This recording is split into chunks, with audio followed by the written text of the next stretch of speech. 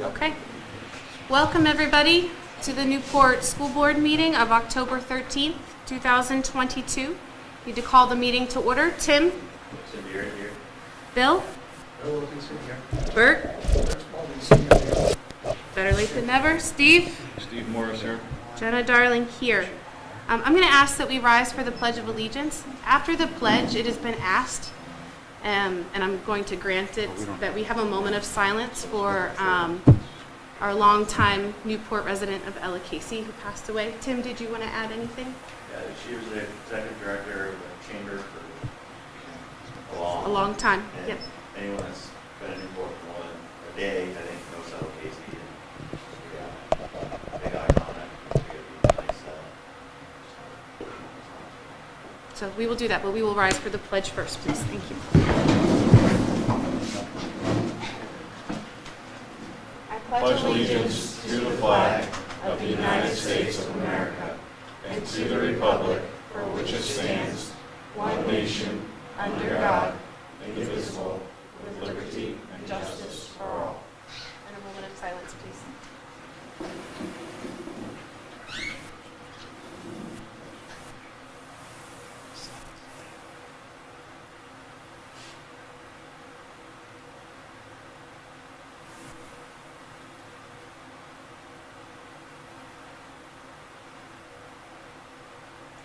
Thank you very much. You may be seated.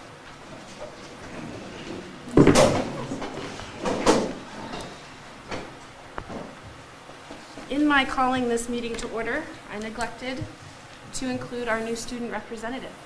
Welcome, Stephen Emery. It's really nice to have you. Thank you. It's nice to be here. Good. Great. Are there any adjustments to the agenda from the board? Donna? Yes, I have two. The first one would be adding an elective course to the program of studies at the high school. You can just put it at the end. Under E? Yep. And then an update on the budget calendar. Okay, so elective course at high school is E, and F would be budget calendar update.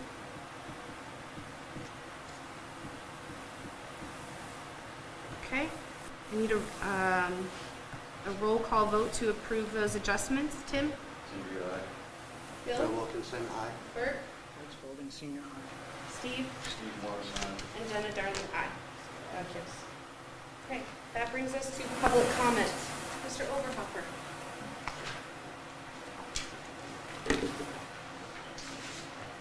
Thank you, Ed Overhopper, Newport resident, math teacher, NTA co-president. So first of all, welcome, Steve. I'll make sure that I sent that out to you. Tonight, I'm rising mostly on behalf of my role as a teacher. If something bothered me enough that I figure that it probably bothers other teachers as well. Tonight, I'd like to speak on the topic of cell phone use by students during the school day in high school. Of course, I run the risk of becoming the cranky old math teacher, right, who's being out of touch with the modern-day realities. Nonetheless, I approach this topic out of genuine care that students get the best education possible and that teachers have the best environment in which to teach. Our student handbook lists the misuse of personal electronic devices as a Tier 1 or minor offense. States, quote, personal electronic devices should be in silent moderate mode during classroom hours. Students should not be on their personal electronic devices during class unless instructed to do so for instructional purposes. My observation has been that students take this to mean that it's okay to listen to music, text, play games, photograph, video, engage with social media with your peers, so long as the phone is not making noise. Requests to stop are generally heeded by students, but they are usually place their phone face down within reach, and when the impulse hits, they pick it up. Time spent using the phone is an educational opportunity squandered, and if faculty are spending 5 minutes out of every 50 battling about phones, then 10% of our instructional budget is wasted. Okay? I think it's time for the community, time for a community-wide conversation which includes students, faculty, school board, parents, everybody involved about how cell phones our education success. Thank you, Mr. Walker. Did you have a comment, Mr. Spaulding? Yes, comment. You are not alone. I'm on your side. So the public discussion should happen, and we should figure out how it affects education and go from there. So, thank you. Mrs. Brigner? Mrs. Brittenfeld, Newport teacher, Newport resident, and Newport resident. Last week, the big news on WMUR was about a student who made a despicable sign. Trinity High School, a private Catholic high school, which thanks to the Education Freedom Account, is eligible to receive taxpayer funds, was quick to take action. Embarrassed to have their names so publicly associated with this act of racism, they made a big show of kicking the student out and ensured that the news covered this as well.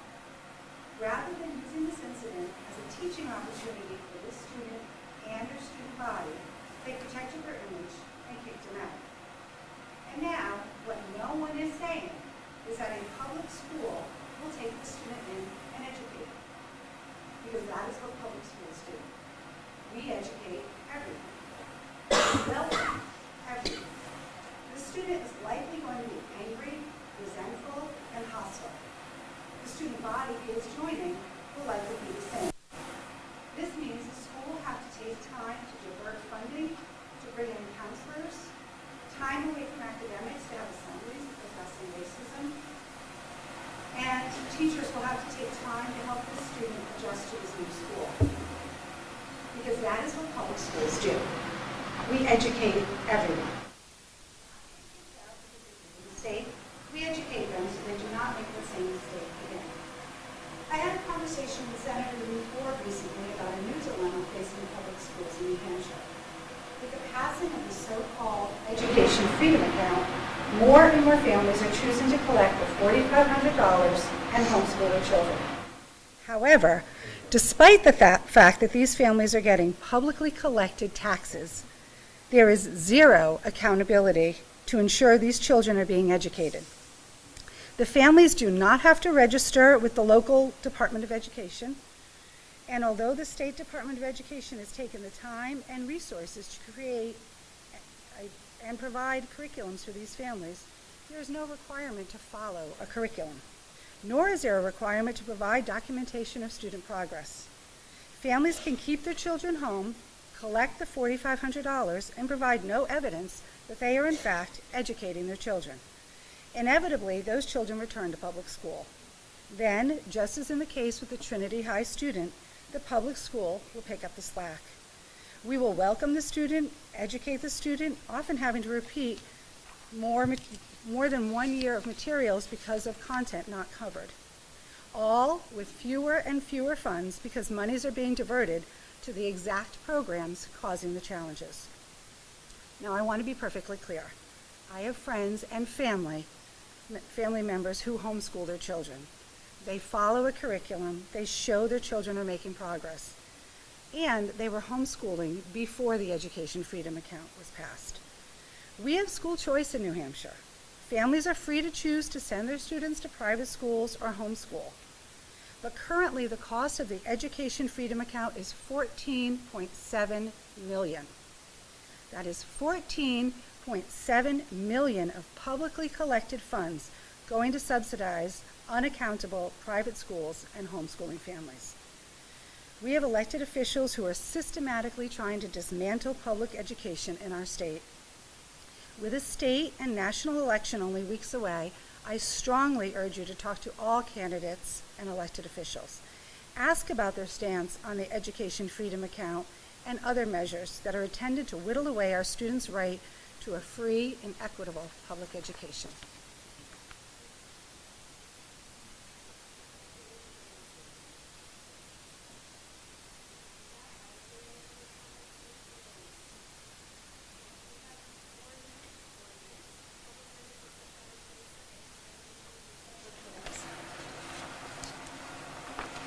So moved.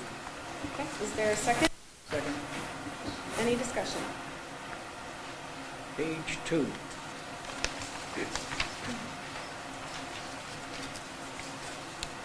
C, near the end of the paragraph, parent-student handbook. Just below the P of parent, the word why, explain why, doesn't read well to me. And explain why, I see. nobody has to explain why. So, you need a motion for why to be removed? I would. We'll just motion it as amended unless there's anything else. Okay. Move it as amended. Any other discussion on the comment, on the minutes? Excuse me. All right, so then, Did Mr. Spalding ask that be put online newspaper? just the explained why and explained why, or just the why?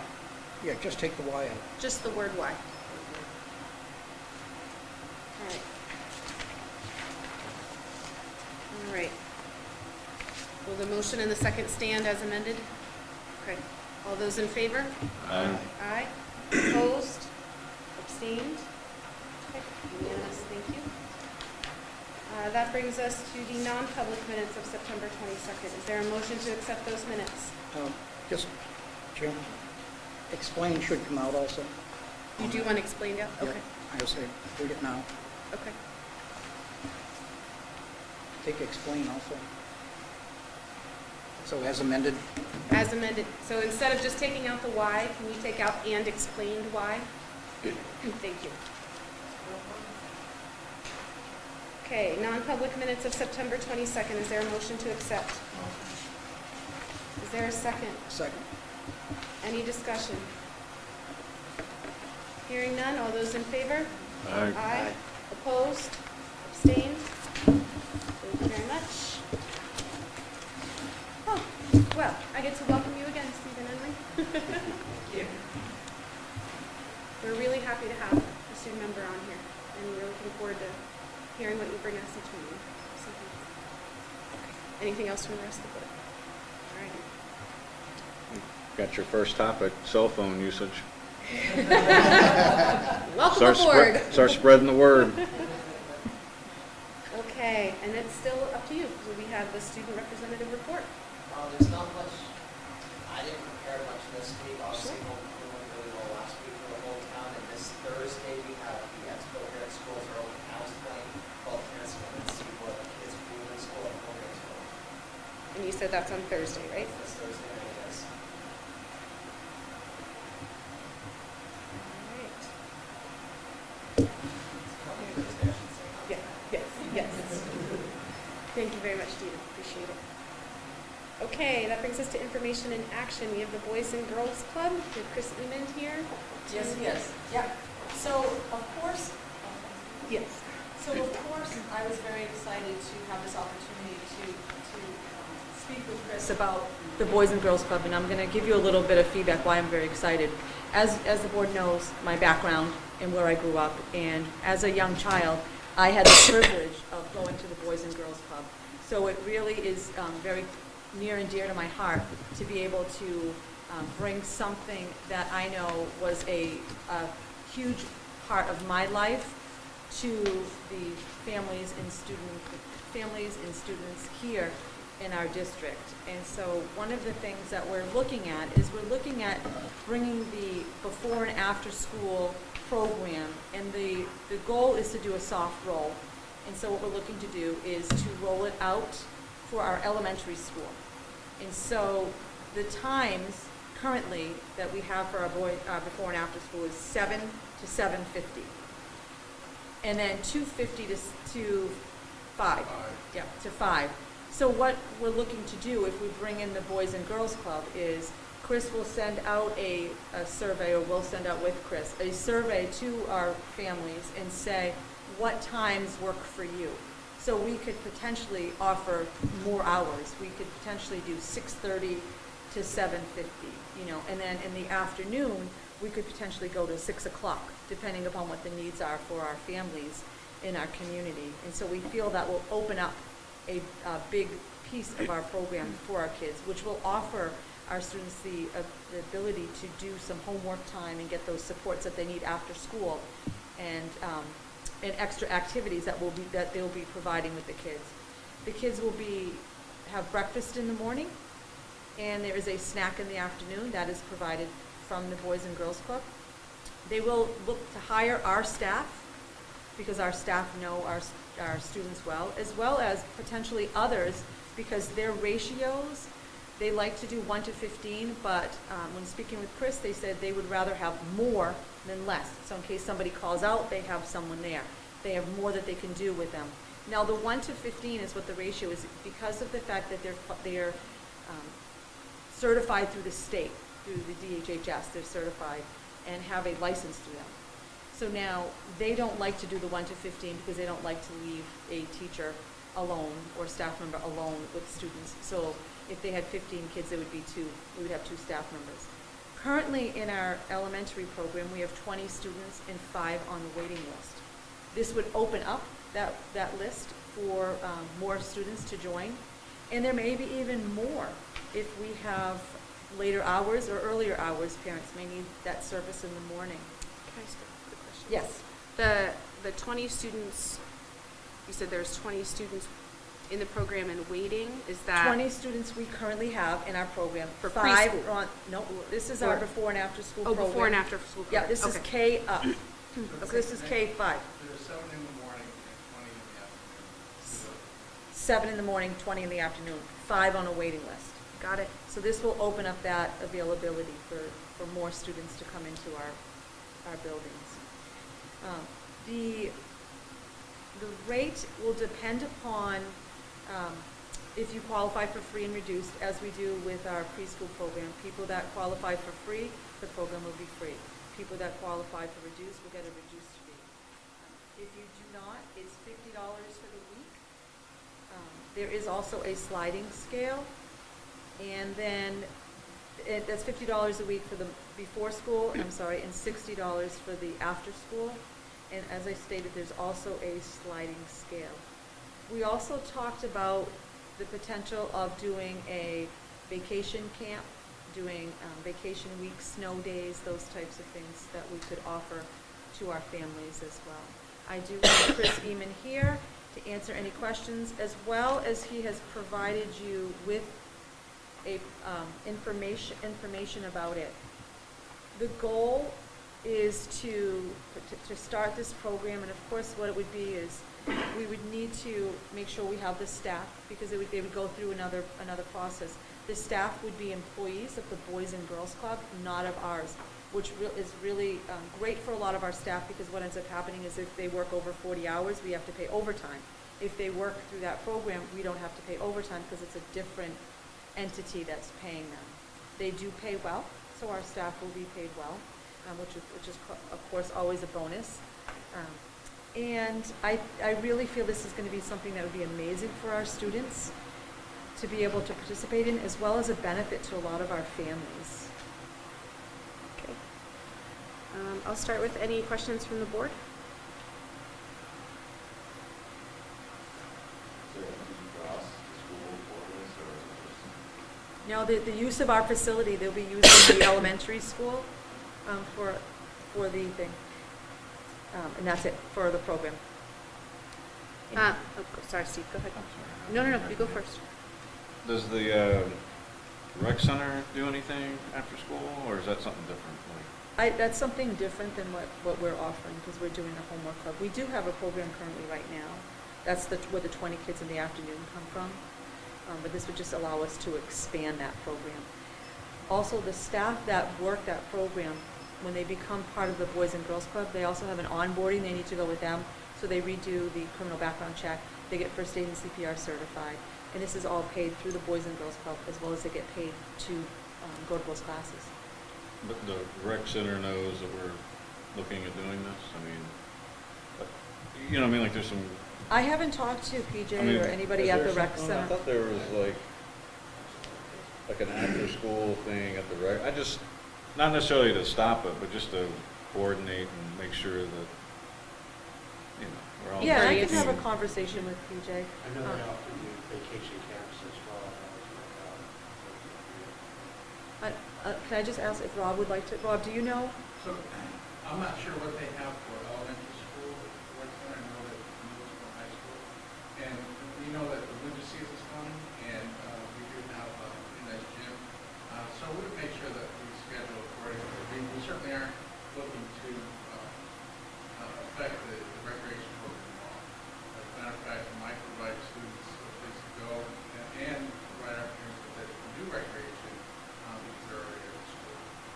I don't know if there's an after-school program to the other mind for elementary. I know the summertime, but I'm not so sure. I'm just talking from a, you know, we always talk about making sure we're working with the town. I can just- talk with PJ. I think it's like 6th, 7th, 8th grade or something like that. I don't think it's the young kids. Okay. I just, I don't think. yeah, I'm not saying anything to or from, just throwing it out there to make sure. I can find out and I can send something to the board letting them know. I had a couple of questions. We're talking about the soft rollout, starting with elementary school. What are we doing for like those families that have middle school kids? Like, how is that? Right now, we don't even have a program for Okay. the before and after school program. We're looking at doing the Tiger Cafe, which is Right. almost like a tutoring type program, a homework club. Okay. But we don't have anything set in stone. But we wanted to see the success and see how it works. And then Okay. if it's something that we feel this is really working well, or if we have parents saying, hey, we'd like to see this in the middle school, then we would have a conversation. But I know that when I met with Chris, that he was very open to having those discussions. If the board were to approve this, what are we looking at in terms of when it's going to be rolled out? I would like to roll it out right around December, I think we had talked about, giving us a little bit of time to plan and Do we talk January 1st? we could, yeah. We could, don't- I know we threw a couple the dates out. process is the length of time of getting staff and so forth. Yep, and then parents changing over because they have to fill out the application, all that stuff, so. Okay, I think January 1st is pretty ambitious. I was thinking like next school year. Yeah. So, Diane, yeah. So, I know Chris from Allenstown. Allenstown, we started with, Chris, you started what, at the school, and then we stuck you in a trailer. Well, that was a long time ago. That was a portable classroom. Yeah, and then from there, we built a community center, which turned into a great project, and he's just done so much in Allenstown as far as helping kids and tutoring and just programs and giving kids someone to talk to, mentoring. It was a really great experience in Allenstown. Okay. If I may, the biggest stumbling block. Well, could you just come to the mic? Otherwise, you'll get yelled at by Mr. John.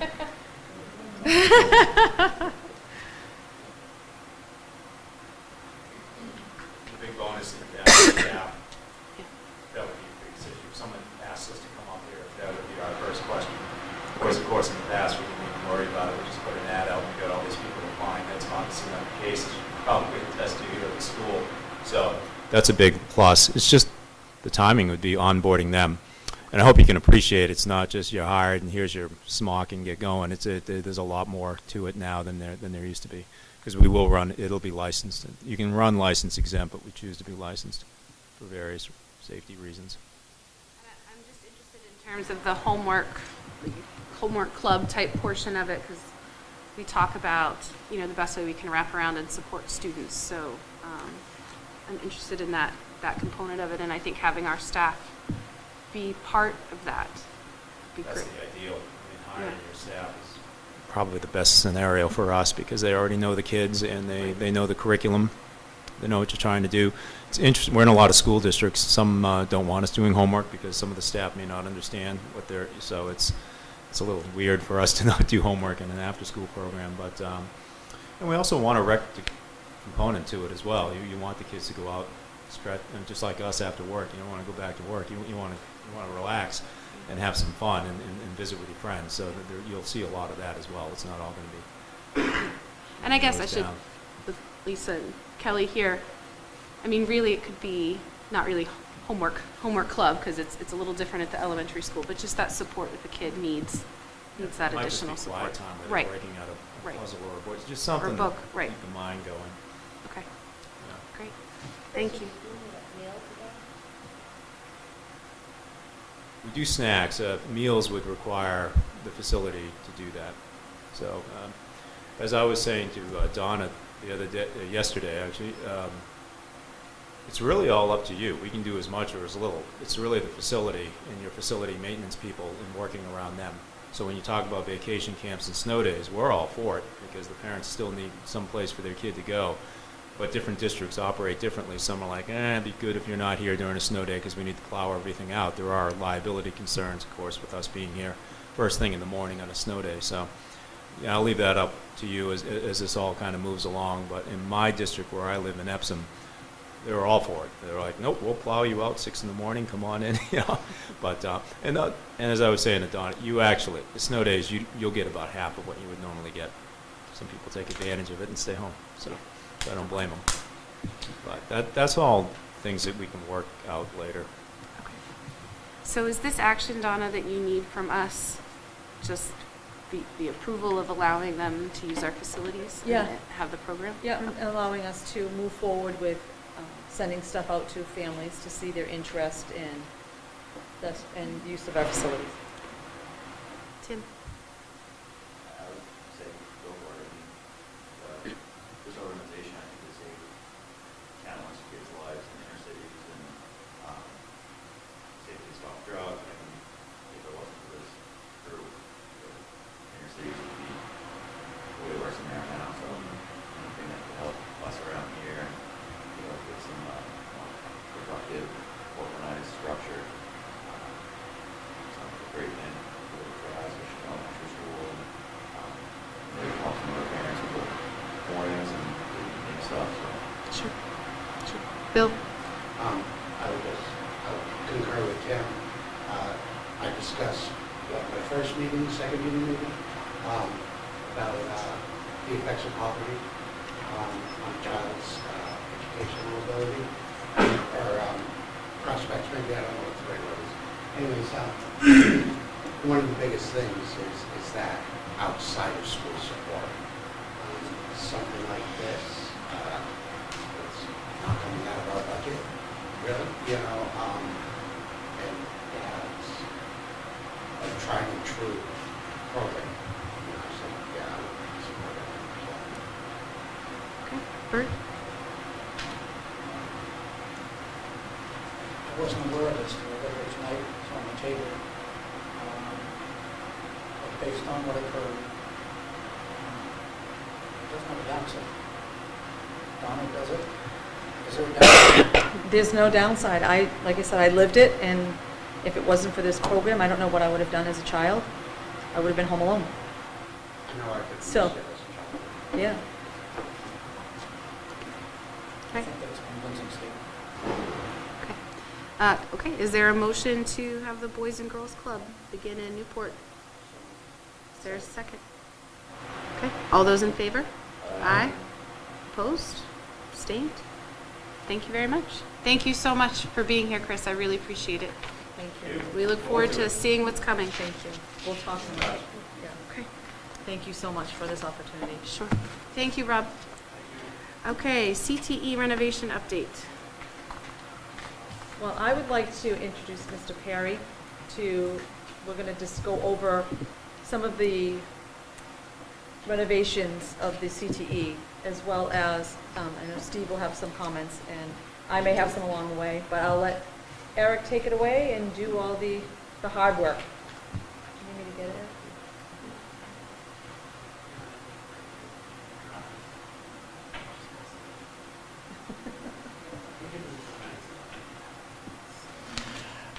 So I managed to stay out of the hot seat at the school board meetings for the last 3 months, but I appreciate you inviting me today. I'm going to go over a couple things with the renovation. I do have a team here that's going to help with some of the presentation. Before I get into my co-presenter, I also want to introduce, we have members of our architect team, Eric LeBlanc and Julie Spence in the back row are here for questions as well. There are some pieces technically that I will not be able to answer, and they have been incredibly valuable to us through this process, so we may have to lean on them for some questions. And all of the things we're discussing in their design, they help prepare the presentation for tonight. And before I get into some of the other pieces, it's really important to recognize the building committee, who has already been tasked with a lot of very complex things and is an incredibly talented group of people. And so I would like to recognize Ed Eamon, Rodney Page, who's not here, Mr. Morris, and Ms. Mulholland, who along with me are part of the building committee that's tasked with making some of these decisions as we go through the renovation process. So thank you for that. The two pieces that we're really here to talk about tonight is where we are with the project and some some current design ideas and where we've come from, but also we are up against a small, maybe small's understating, but a challenge of inflation and some budgetary concerns. And so we wanted to make sure the board and everyone was aware of where we were at. So lucky for me, Ed gets to talk about all the financial pieces because he knows it much more intimately than I. But I just wanted to go through a couple of things before we get to that. Can you go back just one? Thank you. So this project's been ever evolving, and I think that's been a big discussion on the building committee, is that we started with all these design ideas and renderings, and you know, we came up with a project at the very beginning that was in the middle $20 million range, and we said, oh, that's not going to cut it. And then, you know, so we made some changes and brought it into some other budgetary ideas and project scope, and was putting us just below $20 million. And we knew that we were targeting a $15 million project with the 75% state funding. And so we put these design ideas up here, or design concepts, just to say, you know, this has been a constantly evolving process. And yes, there's been some renderings on marketing pieces and supporting the vote. And as we look through, there's like just the design of the proposed agriculture building has changed significantly. But we're at a point where we have to stop changing the design, and we have to finalize pieces so that we can get all the proper engineering documents and construction documents so we can start construction as early as May of 23. That's our target. Maybe it's a smidge earlier, it depends on the winter. But as we look at these concepts, after Ed speaks, I'll talk about where we are with design and what some of the changes from a financial standpoint have been, and what we're looking forward to in the project. And they have, after all of that discussion, we do have some renderings of what the new design and look of the entryway that you all came into tonight, with some of the concepts that have been presented and gone through. So with that, before Ed covers the financial pieces, you could go to the next one, thank you, Carrie. Some of the pieces that I just wanted to point out that are really critical is through all of our discussions at the building committee and with the architects and engineers, is we had 4 areas that absolutely would not be compromised, non-negotiables under any discussion. And those 4 pieces are up here, is that safety takes number 1 precedence. So if we're looking at how to value engineer, I'm learning construction terms, but value engineer and you know, make right size projects and what's the proper scope of the project, safety is not an option for cuts or to lessen. Program curriculum, making sure we can still offer the curriculum and potentially and likely expand some of our curricular offerings. That is critical.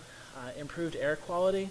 We know that we have some tricky ventilation and things. We know that currently the welding teacher and the automotive program need to coordinate who opens which door and which ventilation systems on at what time for a safety practice. They've worked that out well. And then to update, modernize spaces to bring us closer to industry expectations and standards is really important, and those were not compromised. One of the things that we really looked at is, the small expansions of each program. I'd love to take our welding program and say double it, but that's not reasonable in the design nor in practicality at this point. But can we add 2 seats to that program and 4 seats somewhere else and 3 more seats in another program to add that additional capacity to better serve our students? So all of those pieces were kept in mind as we move forward. I'm excited to talk about the rest of the project and some of the modifications and things that we've talked through. But I'm going to turn it over to Ed Emond, who's part of our building committee, our former business administrator, and our building committee numbers guy. So I will turn that over to Ed for him to talk about the financial aspect of the project. Thank you, Ed. Yes.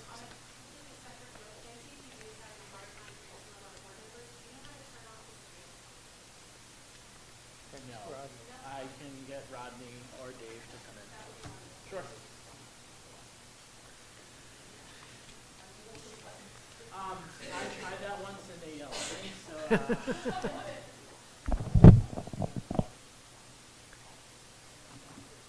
Yeah, they can't hear you, so yell. Okay. Eric. I'm sorry. I was trying to text Ron. Ed's going to yell at me for using the phone.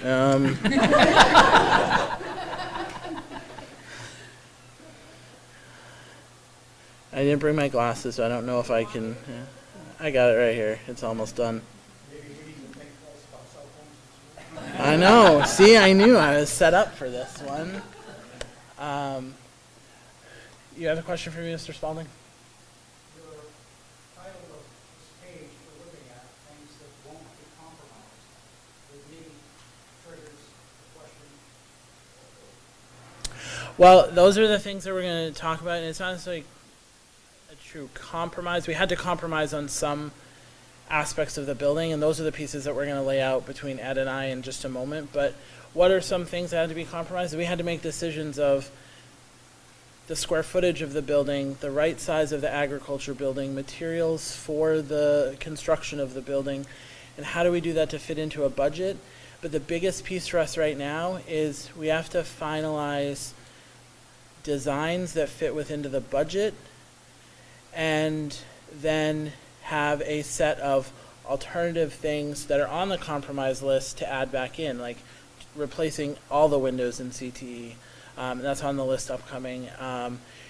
Whether or not we do a full replacement of the roof based on the engineering report on the roof. So we have a list of those things upcoming, and just going through things that could be added into the scope during the renovation, if there's additional funding available for that. And we also have 2 scenarios laid out, and what if we can't get additional funding? And let me be clear, additional funding does not mean going back to the taxpayers. That is not what we're talking about. There are some potential opportunities for funding, not only from fundraising, but with the state, which Ed will address here in just a moment. So we had to make some compromises. We had to lessen the footprint of what was going to be an addition, because when we do the budgeting, when we do the final plans, we need to be able to stick to those plans, and then the things that we had compromised on are the things that can be added back into the project with the current design of the building, if that makes any sense. So we're trying to ensure that we can still keep the project on timeline, complete it, and stay on the budget, which is a far more complex item now with the nearly 25% inflation that the construction estimates went against. So I think we'll have a strong answer in full to all of those pieces once Ed and I get through the rest of the presentation. Hello. So for those of you that don't know me, that's Stephen. I'm Ed Eamon, and I'm working on the project.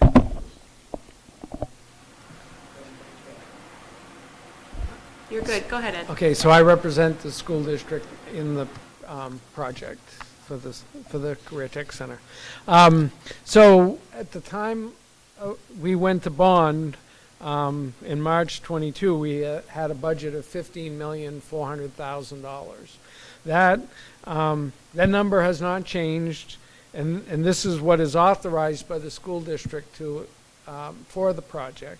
Any change to the dollar amount that we request would have to go back to the voters for any local share of that money. And also, if we get additional funding, if we were lucky enough to get additional funding from the state, we might need to go back to the taxpayer to authorize that funding. But in no case are we talking about going back to taxpayers for our taxpayers for more money. So I just want to make that clear. Understand that $15,400,000 budget was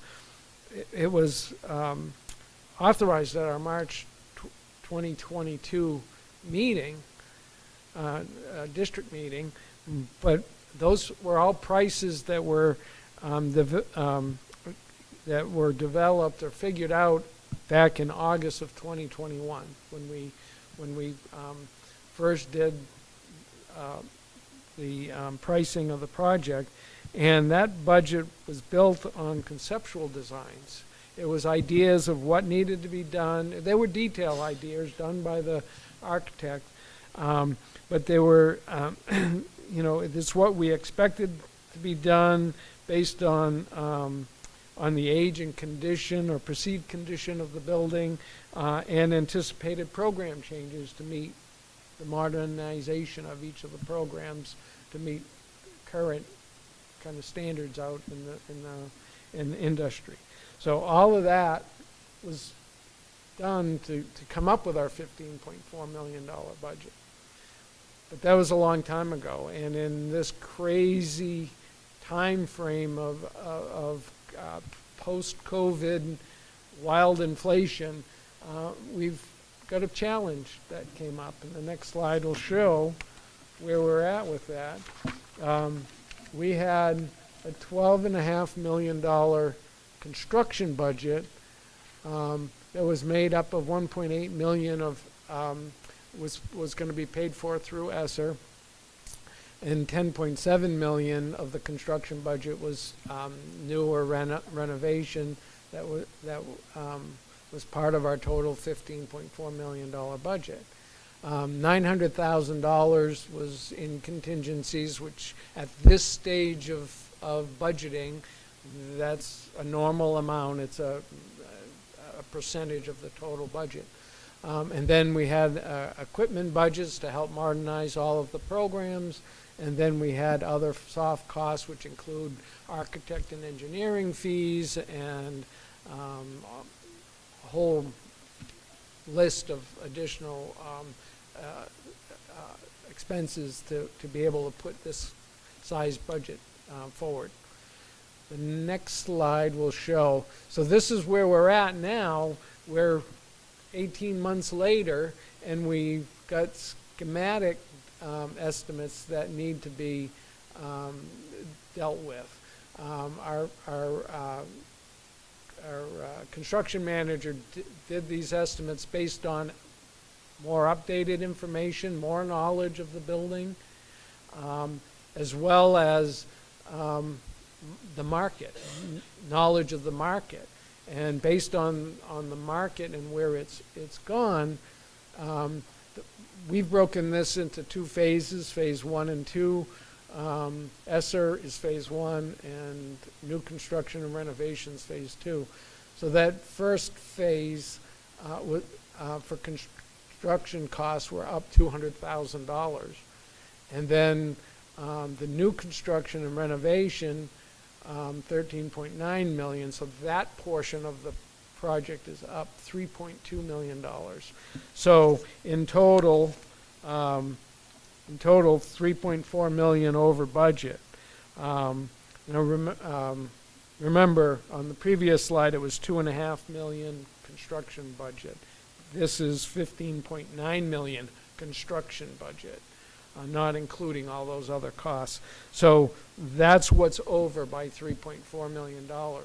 We can't move the project forward with that kind of overage. We need to rebalance what our expectations are with what we have for authorized funds. So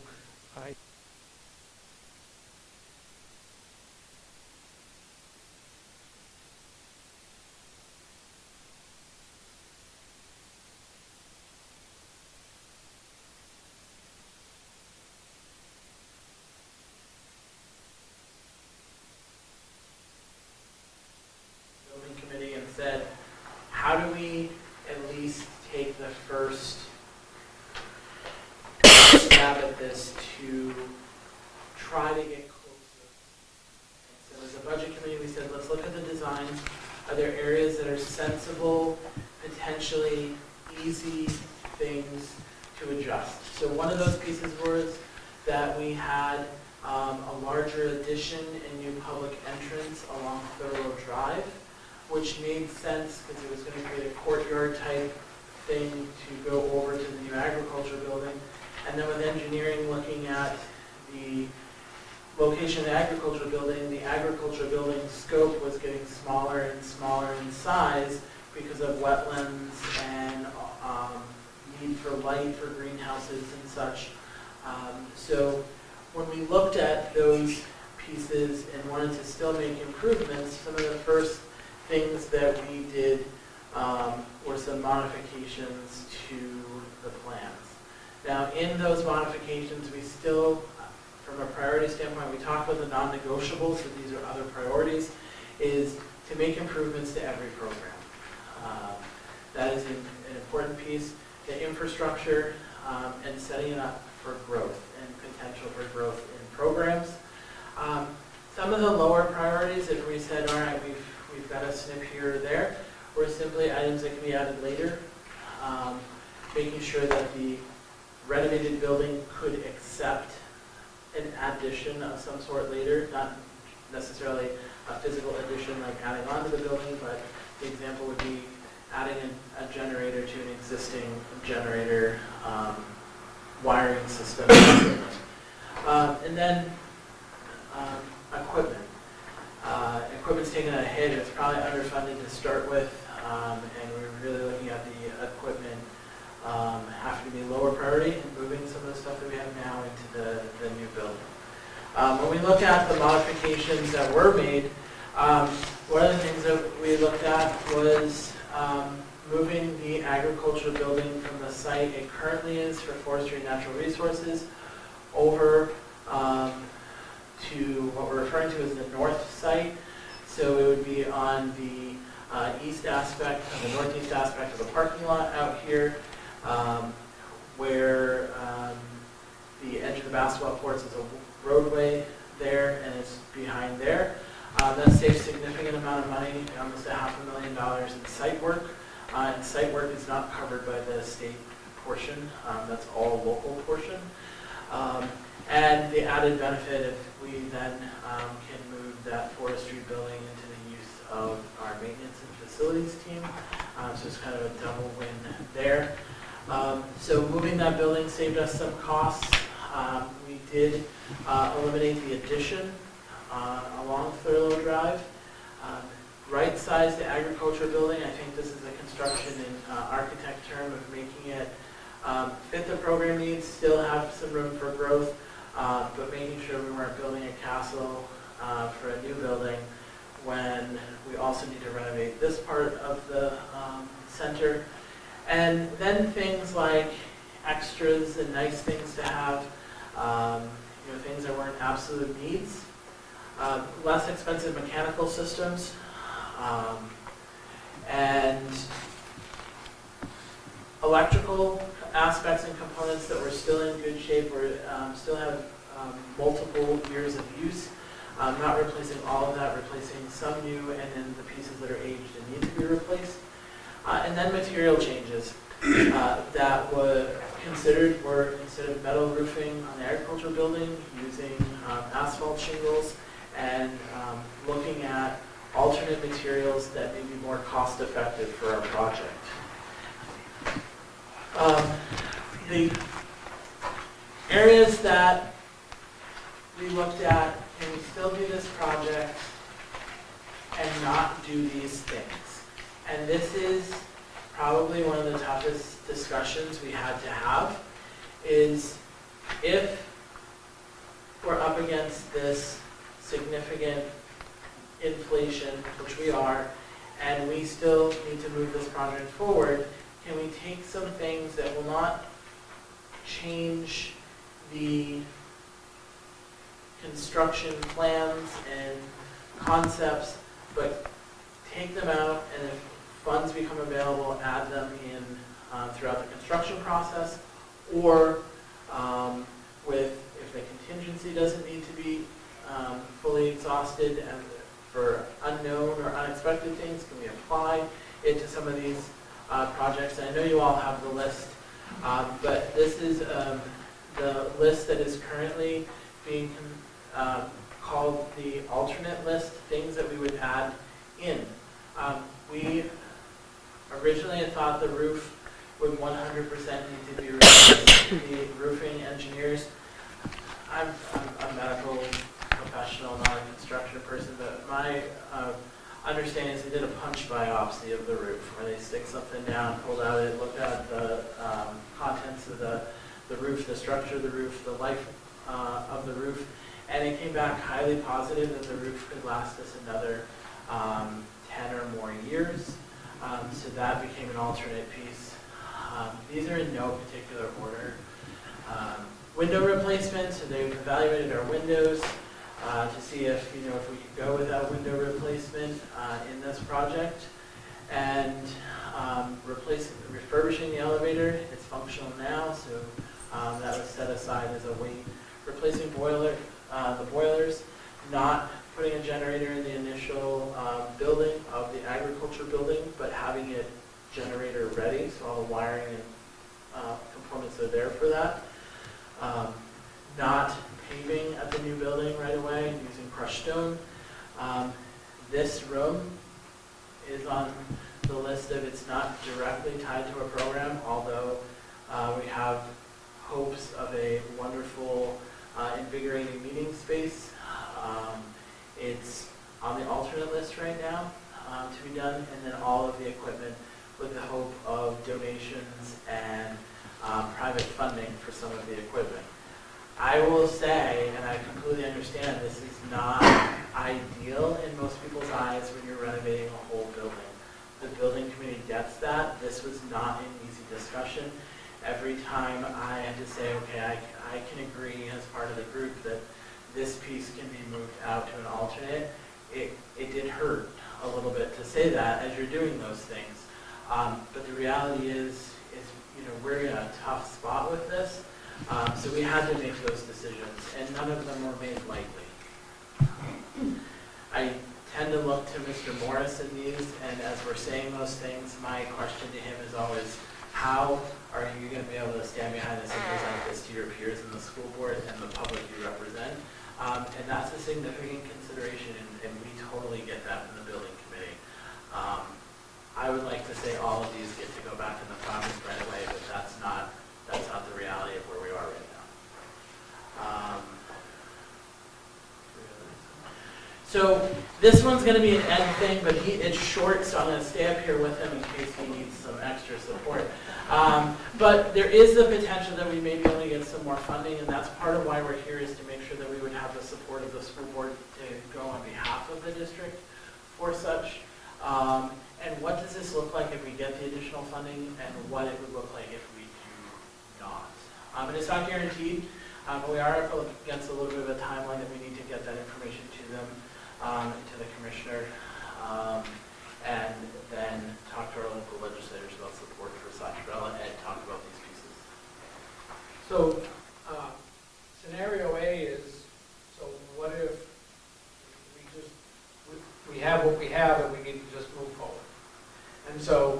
It's an $11 million from the state, which is they are already, the Department of Ed is committed to, and we just need that going through the official process through the state legislature. So that sometime in June, we'll have that official authorization to move that 11 million forward in this project. The local funding, it would be at 5 million now. It's 1.96 million, which is our local bond that we was authorized in March. We've upped the ESSER funding by $200,000, so it's 2.36 million from the ESSER funds. The rebates from utilities have stayed the same.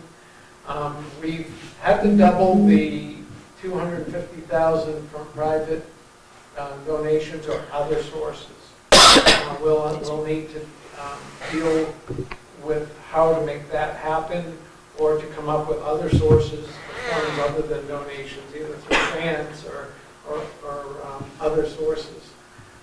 And then we identified funding, things we've already spent between the last 2 years and this year from the regular budget that would qualify towards the project, so that we can reduce that out of the project. So all told is the million, is about 16 million, up about 600,000 total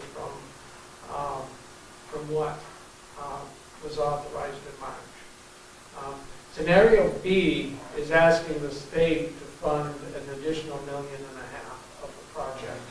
So if we can move, we're going to put together a proposal.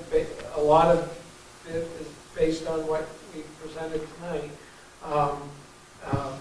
We're going to ask the state for $1.5 million more.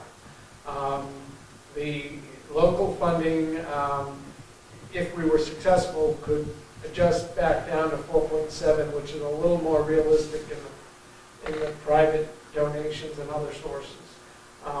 The local bond, of course, stays the same. We said we weren't going to ask for more money. The 2.36 million in ESSERS is probably where it's going to be, because we have a lot of other needs that we want to use the ESSER funds for. 30,000 from rebates stays the same. Private donations will go down to 300,000, and then again the 150 we've already committed from our local budget would stay the same. So that's how we would get to a project that would add back. If you go back to the prior slide, would add back all of these things, or most of them anyway. We're still assessing things like the roof. I mean, we really want to make sure that if we're going to replace the roof, that we're not replacing something that has a significant life on it. So that kind of thing. I just had a quick question.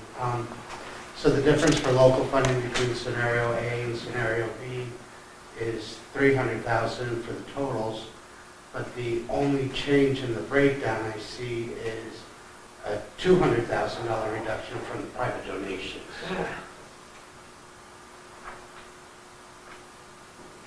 I went through this earlier today. Oh, I'm sorry. Private donations is up 50,000. So it's down 200.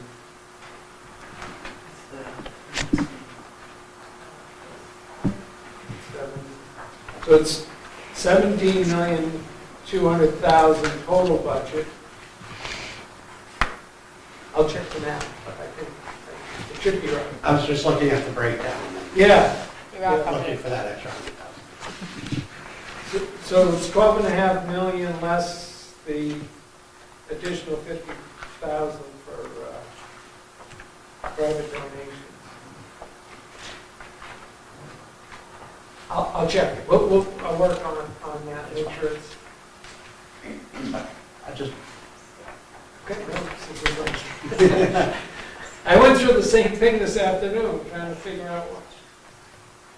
I think it works. Okay.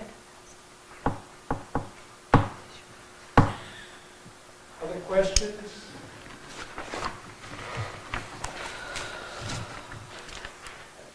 Thank you.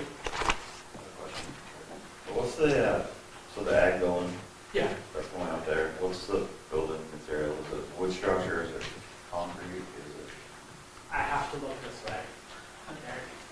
How are we gonna cover that? So it would be a wood frame structure, concrete foundations.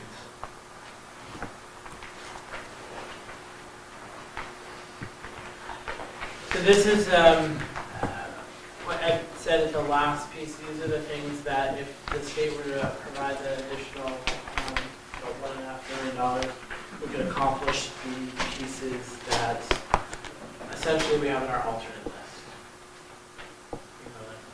Lance Wyan is not here. Look at this slide. He puts that in every presentation. I don't blame him, but I didn't want to just leave it and say that's where we're at, and we have, all of these kind of sad things about financial pieces.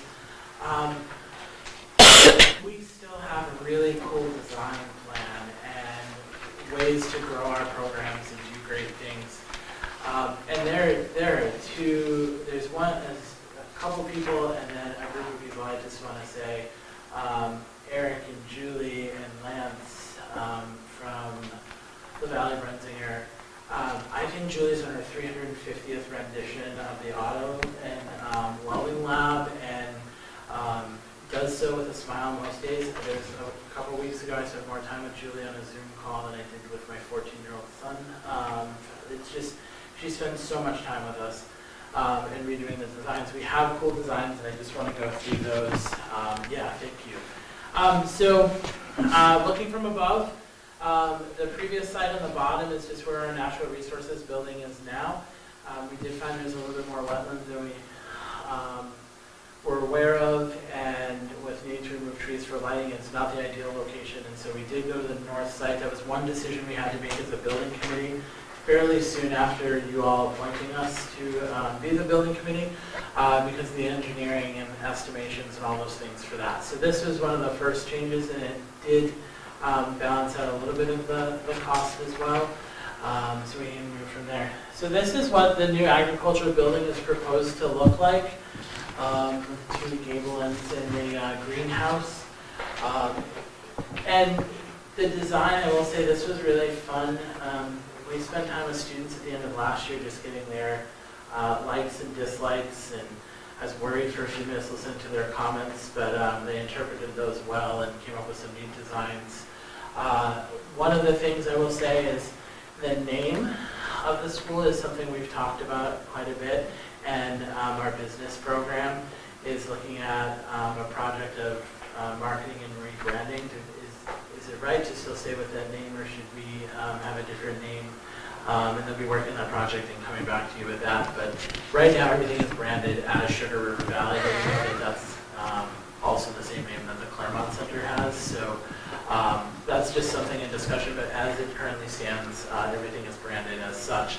So that's the exterior of the ag building. This is hard to see the next slide on the agriculture building of the copies that you have. It's even smaller on mine. But essentially, we have a common entry point. They'll have the same security as entering the rest of the school. And to the right side, we have our greenhouse and our animal and plant sciences program that also includes the animal grooming lab and a place for our small animals that are part of the curriculum. It does allow for some flexibility with the lab space and the clean lab space. For clarity, clean lab and classroom, a lot of people will see as the same thing. But that's all this section here, which is currently Deb Stevens' program. And then to the kind of the center in the lighter green, and then off to the left is our natural resources program for lab space, their operational space, and then our hydroponics lab. And the other group I said I really have to give kudos to is the teachers in the CTE program, who continuously look at these drawings and renderings, give feedback, balance the desire to have a palace as a classroom with the reality of where we are. And they have been incredible with feedback and working with Julie and the team. I really appreciate their work. So that's the look at our ag building. We haven't decided which one looks better yet. There's been lots of discussion. This goes back to the renovation advisory committee. I'll refrain from sharing my opinion. But this is a potential look from Thurlow Drive approaching the school. Not a whole lot of look different on the front of the building, but we have really thought the bolder look as you approach would be kind of neat. It becomes the branding for just about every picture and such. And you notice there's Ed looking lovingly at the building in both pictures. So that was really cool that they put him in there. So that's just as we approach what it would look like. I'll go through the rest of the design because I know I've been talking for a long time. Our first floor, one of the big changes, our engineering will be contiguous with our welding classroom and lab, which is really important for project collaboration. So they're on the bottom left of this design. And then you have the CTE office, which is pretty much the same space as it is now. The conference room will turn 90 degrees to allow some more of the space in the engineering. And then we have the lobby as we're going up on the page. Across from the lobby is our business incubator space and lab, or our school store as well, and the business program. We do have a flex space that can be a conference room for our business program, could be a teacher professional development or meeting space as well. It's in the green in the center. And then we have the auto lab on the far right, and above that is the room we're sitting in tonight in the green of the Lou Thompson room. So the biggest layout changes is in moving the engineering when we move the horticulture and animal plant science program out, that they would be in there, and giving the welding a very much needed contiguous classroom and lab space that would make that program so much more efficient for the teacher and the students. Second floor really hasn't changed a whole lot with a couple considerations. Cosmetology, we've redesigned some of the space a little bit because of the changes in the lower level, our career and counseling and career centers, or career and counseling, let me try that one more time. College and career counselor. And so the career center would move to the second floor at the top of the stairs in a small space, small meeting space there. Cosmetology will essentially maintain most of their current footprint. Health science maintains their current footprint, plus they take what used to be the engineering lab that we can use as a dedicated licensed nursing assistant or LNA lab in classroom.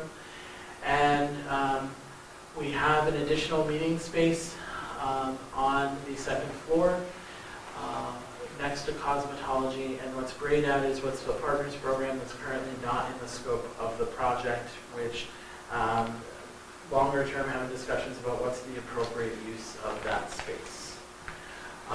So that's where it currently sits for that, and so it's still a work in progress. If you really love the color you're seeing on the screen, it might still change a little bit. There's some things that still might change. But what I really wanted to bring is, because I was kind of blown away by this when it came through, is I think we had some heartburn at first when we got the budget estimations, and it was nice to see what, even with the budget constraints, what the new space may look like. So the next slide is renderings of our lobby. So what you're seeing on the left is what it would look like from the vestibule or current entry, looking towards the school store and the business program.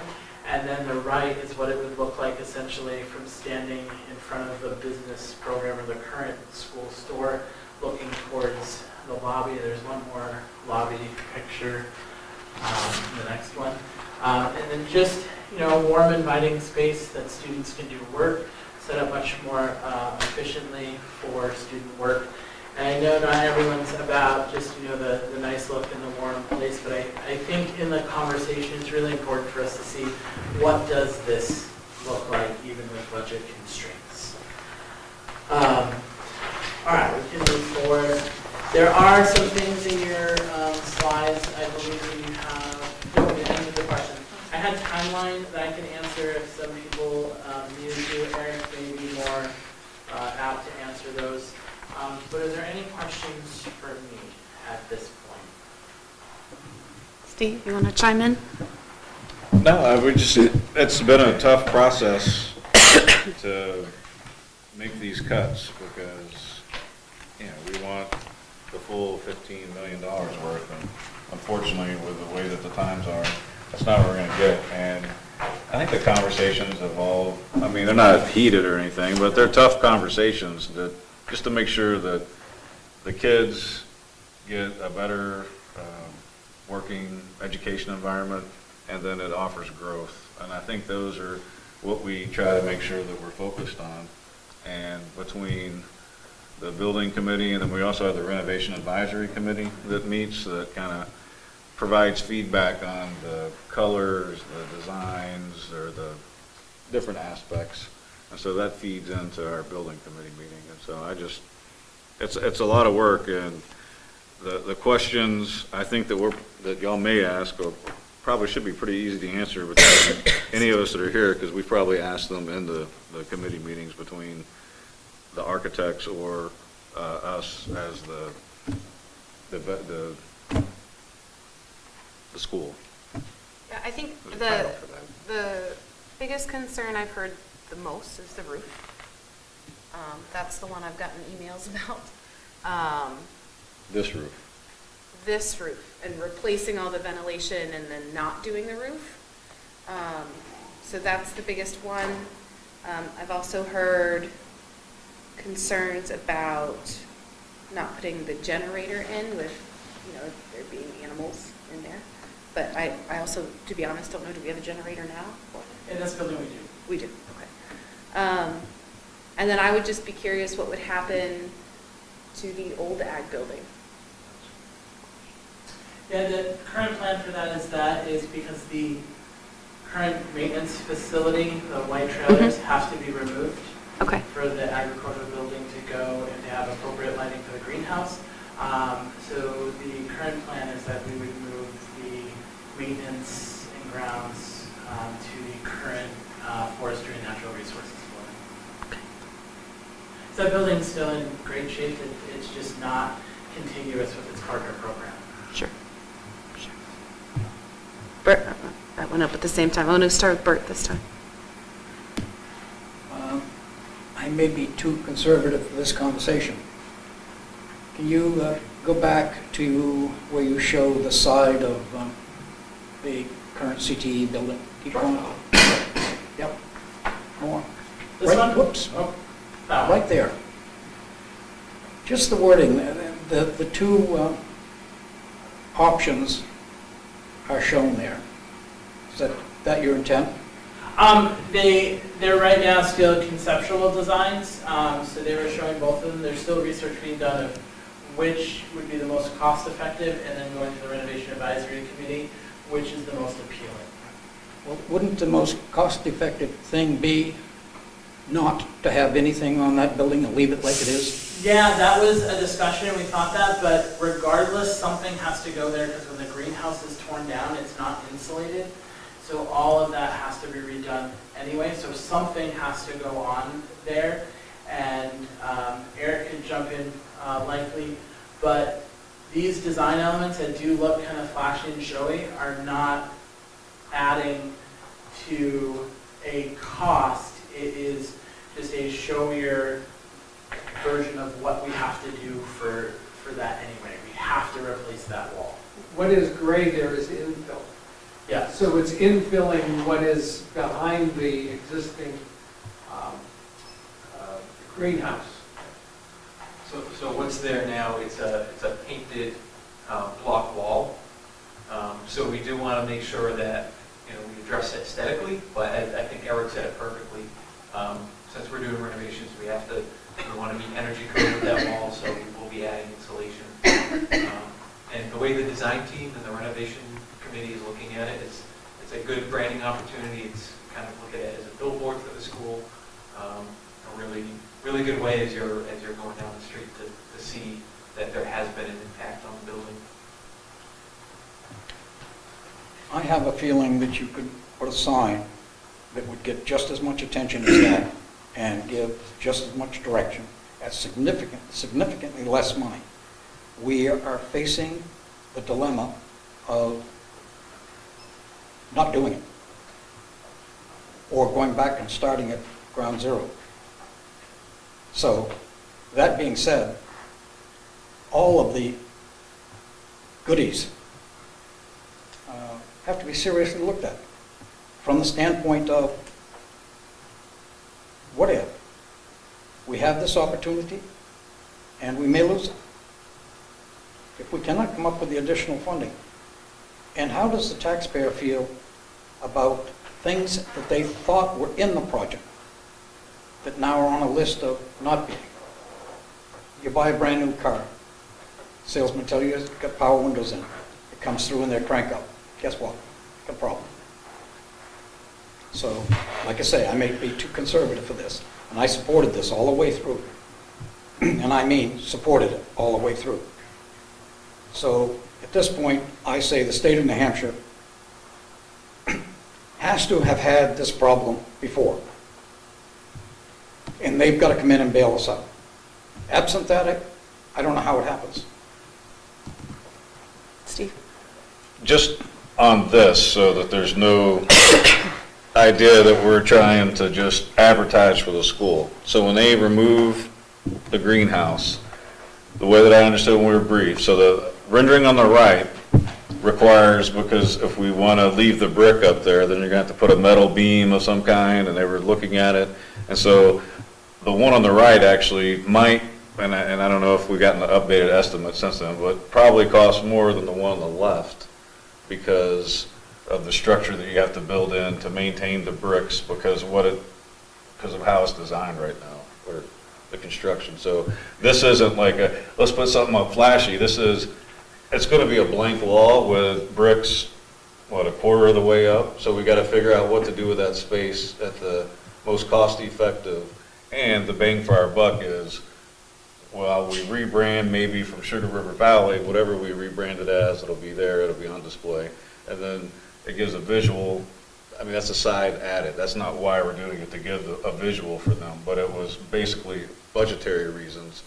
The one on the left, from at least when we were briefed originally, is cheaper than the one on the right because of trying to maintain the structural integrity of the bricks that are there now while they remove everything else and add in the stuff. So these kinds of hard conversations, we've had them ad nauseum, and I think they'll tell you the first person that speaks up, just like you did, is me, because what do I say? The roof and the generator are the two things that I bring up all the time as like the two things that bother me. But we had a core test done where they came in, they drilled a core, which if we had that in our budget, logic would tell you we'd already had a core test done, right? If we're like, hey, we need a new roof. But the core test, does it give us a lifespan of the roof or an estimation?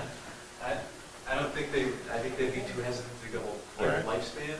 I did walk the roof with them and run a name when that company came to do the cores. They did say that the it's basically the best ballast that he's ever seen. It's evenly dispersed still across the roof, hasn't been kicked around.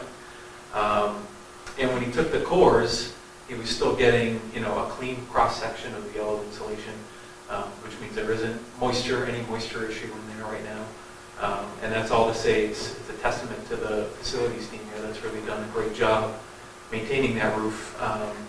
And so the impression I got, it's from the guy that did the core, it's basically one of the best roofs that he's tested, especially for a 30-year roof regularly. We can expect those roofs to last longer than 30 years anyway. I think when we look at these projects and large-scale projects, we aim to make those kind of upgrades and replacements. If we're saying, we want to provide you with a brand new, newly renovated building. But this is one of those items where we could look at, taking out of the project if we're looking at a roof that's already in good condition. But it's also our number one priority of things added back in if the DOE decides to cover, because while we're up there and we're putting up the new air conditioning or all that equipment, we might as well do that on a fresh roof. So, Right, and the goal is to do everything, to have a project that will last 30 years. So right. the things we're taking out, the roof, the windows, they've already been around 30 years. So to expect them to last 30 more is not expected. And the state right now, if we can get additional state funding, pays 75% of everything we're doing. So it would be advantageous to get that done and get there at least 30 more years out of the project. Ed, what is the game plan or the timeline for asking the state for money, and how likely is that to happen? So there's a lot of different stages or components of that. So last week we got word from the State Department of Ed that we needed to make a formal request by October 20th to the department for internal consideration. Okay. So they're going to, based on our request, they're going to go to the commissioner and discuss whether or not the Department of Ed will officially request a increase in their funding in the capital budget.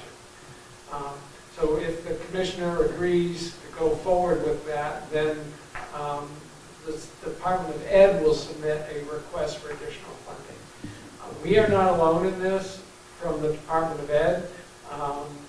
Winnisquam is in the same boat. Their numbers were a little smaller than ours for their project, but they were 25% under budget because of the situation in the economy.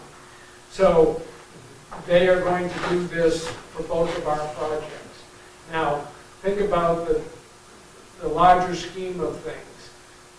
We're a small component of the capital budget, which is a process that the state legislature goes through that has $100 million or more of projects requested in that budget.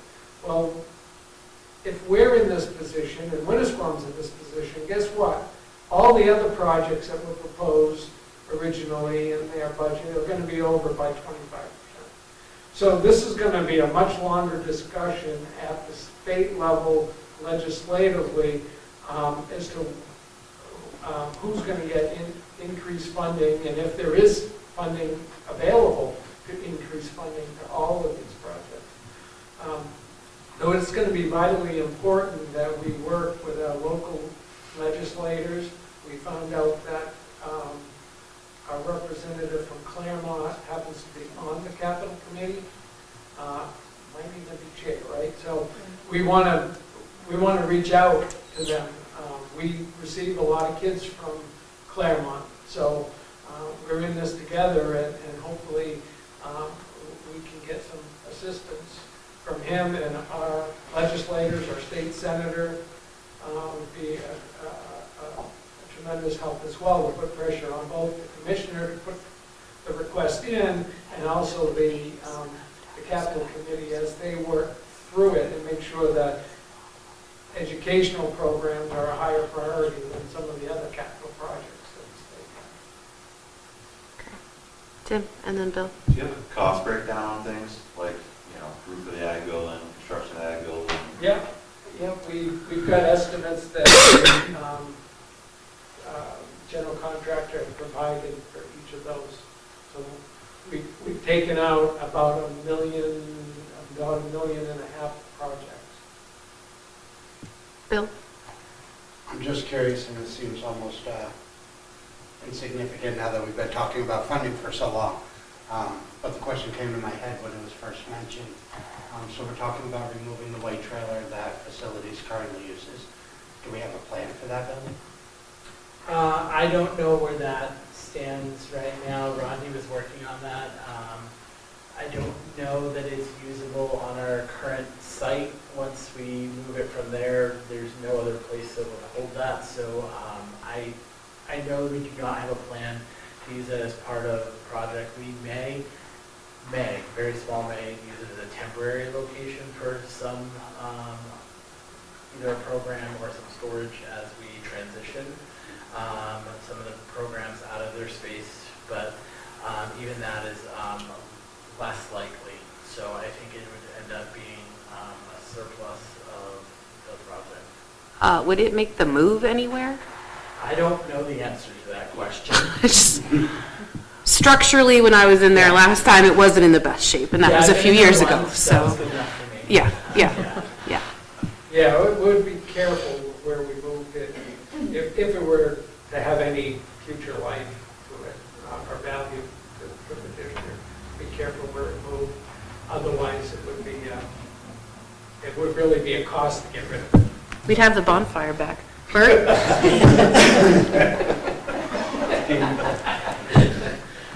Make that motion. And I liked the way you presented the Department of Ed and the capital budget being 25% out of whack. And I would like you to look at the homeowner who's going to vote on this, who has his electric bill and his home heating bill going up. So the dichotomy between the two in percent is non-existent, but into the person giving you the vote for extra money is, and for the change in the project. And I'll go back to the letters. All right, let's say that the wall needs something. Fix it. Do whatever you need for the wall. Right. But I'll bet you that each one of those letters on Sugar River Valley probably costs $50 a piece, and to get them up there probably costs, by the time the staging and everything is put up there and all of the work is done, you get probably $4 grand or $5 grand in that sign. So, to me, from a conservative, this is not leaned yet to pass. I wouldn't sign on to it at this point, knowing how the people in the community feel in their position.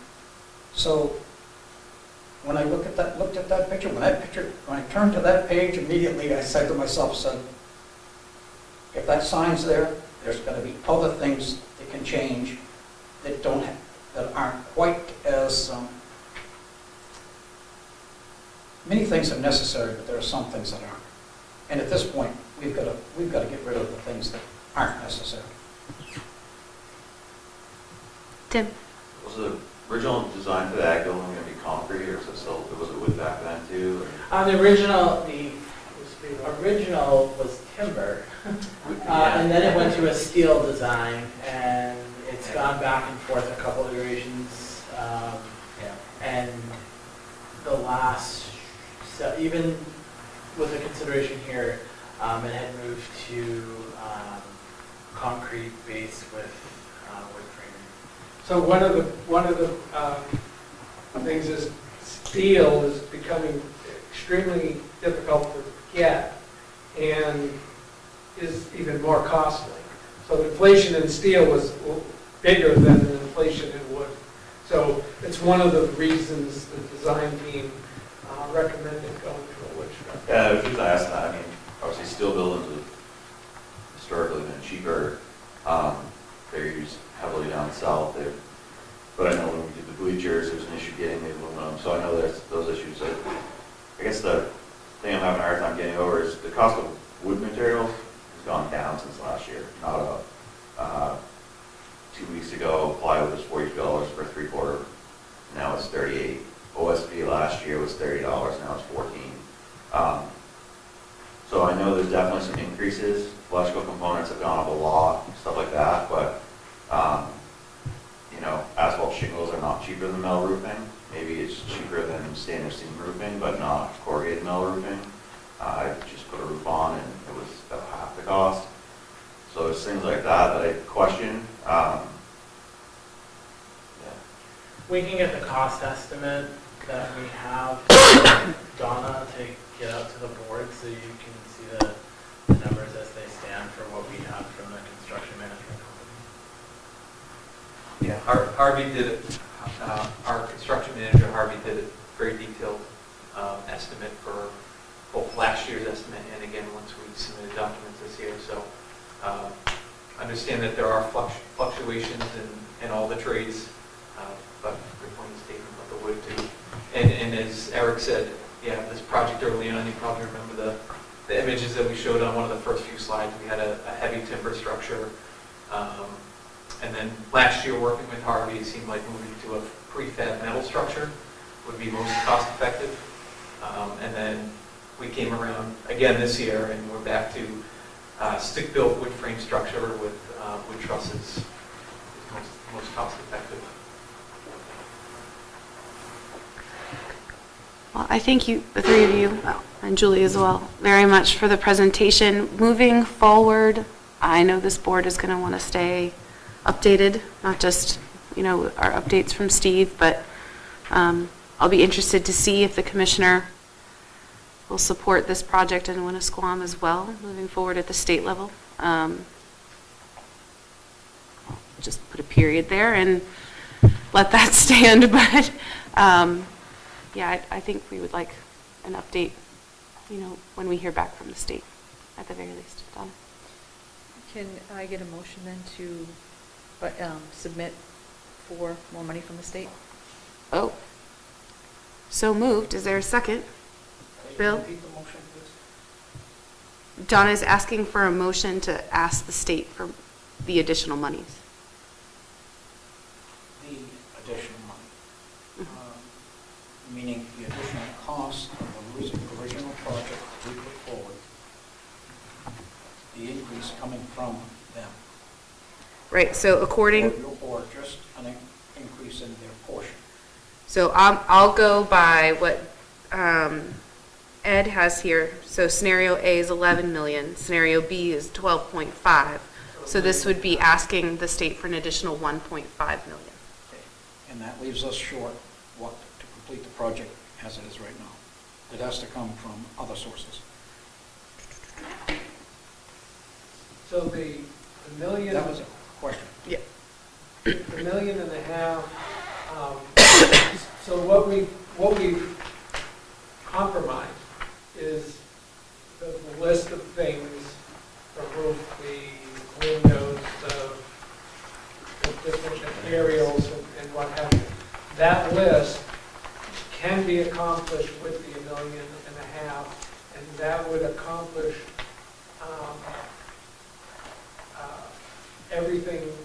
I believe will accomplish everything that we told taxpayers would get done in the original request. All right. So the 1.5 puts us back whole to where we were before. Pretty much. The difference being that we did make some design changes, like eliminate the addition. Where the greenhouse is now is going to be an addition. And that's why there was no sign on the building, because that was going to be an addition. But when in order to move the entire project forward, we had to take that out. It was a significant cost savings to take it out, and then we met all the program needs within the existing space. So that being said, we won't add that addition in any scenario, because in order to move forward, we had to eliminate it. But everything else, doing the roof, the windows, the boiler, everything would be accomplished. So, okay, sorry, I had a thought and it left me. I'm sorry. Anything else? All right. I will still make the motion to ask the state for the additional $1.5 million. Is there a second? So, it came back to me. So we make this motion, it's due to the state in a week, right? We have to let them know? Yeah, and Ed has worked really close with the architect who's managing the project and have it detailed. It's a matter of taking that information and moving it to district letterhead and such to make that request. Okay, so it's an easy, that's a no biggie. Okay. Well, I don't want to say it's easy to make it happen now. It's not easy to get it. No, but just that to get it sent. I'm sorry, I didn't mean to minimize that. No, just the transition to get that to the state in time. Okay. Bert. Ed, again, So if we get the 1.5 million from the state, when we go to the voter to change the bond, to increase the bond, We No. don't need No. to increase the bond. we don't, if he says he's going to fund that. Neither Correct. The money scenario. in the account is all state money, and we just need to accept it. All right, because we haven't raised the amount, Correct. all right? So how much more do we need to come up with if, in fact, the state gives us the 1.5? How much more do we need to come up with that we need to ask for? So we actually, because we've added ESSER funding, because we're able to count the money that we've brought forward from the last two budgets, plus what's in this year's budget for the project, we need our local share. Except for the The additional. $300,000 private donations. That's still, Okay, so there's our challenge. right. Okay, we're not asking the voter for anything more. And we've been adamant about that from the start of the conversation. Great. All those in favor? Aye. Aye. Aye. Opposed? Abstained? Thank you very much. All right. Thank you. Thank you so much, Eric. All right. Thank you for going to all those meetings. I appreciate that. All right. They're that working brings- hard, that makes it easy for me. All right, that brings us to the FFA trip. Yes, so, the FFA, which is the Future Farmers of America. So the students will be representing the state of New Hampshire, our school and our community, as they travel to the Future Farmers of America National Conference in Indianapolis on October 24th through the 29th.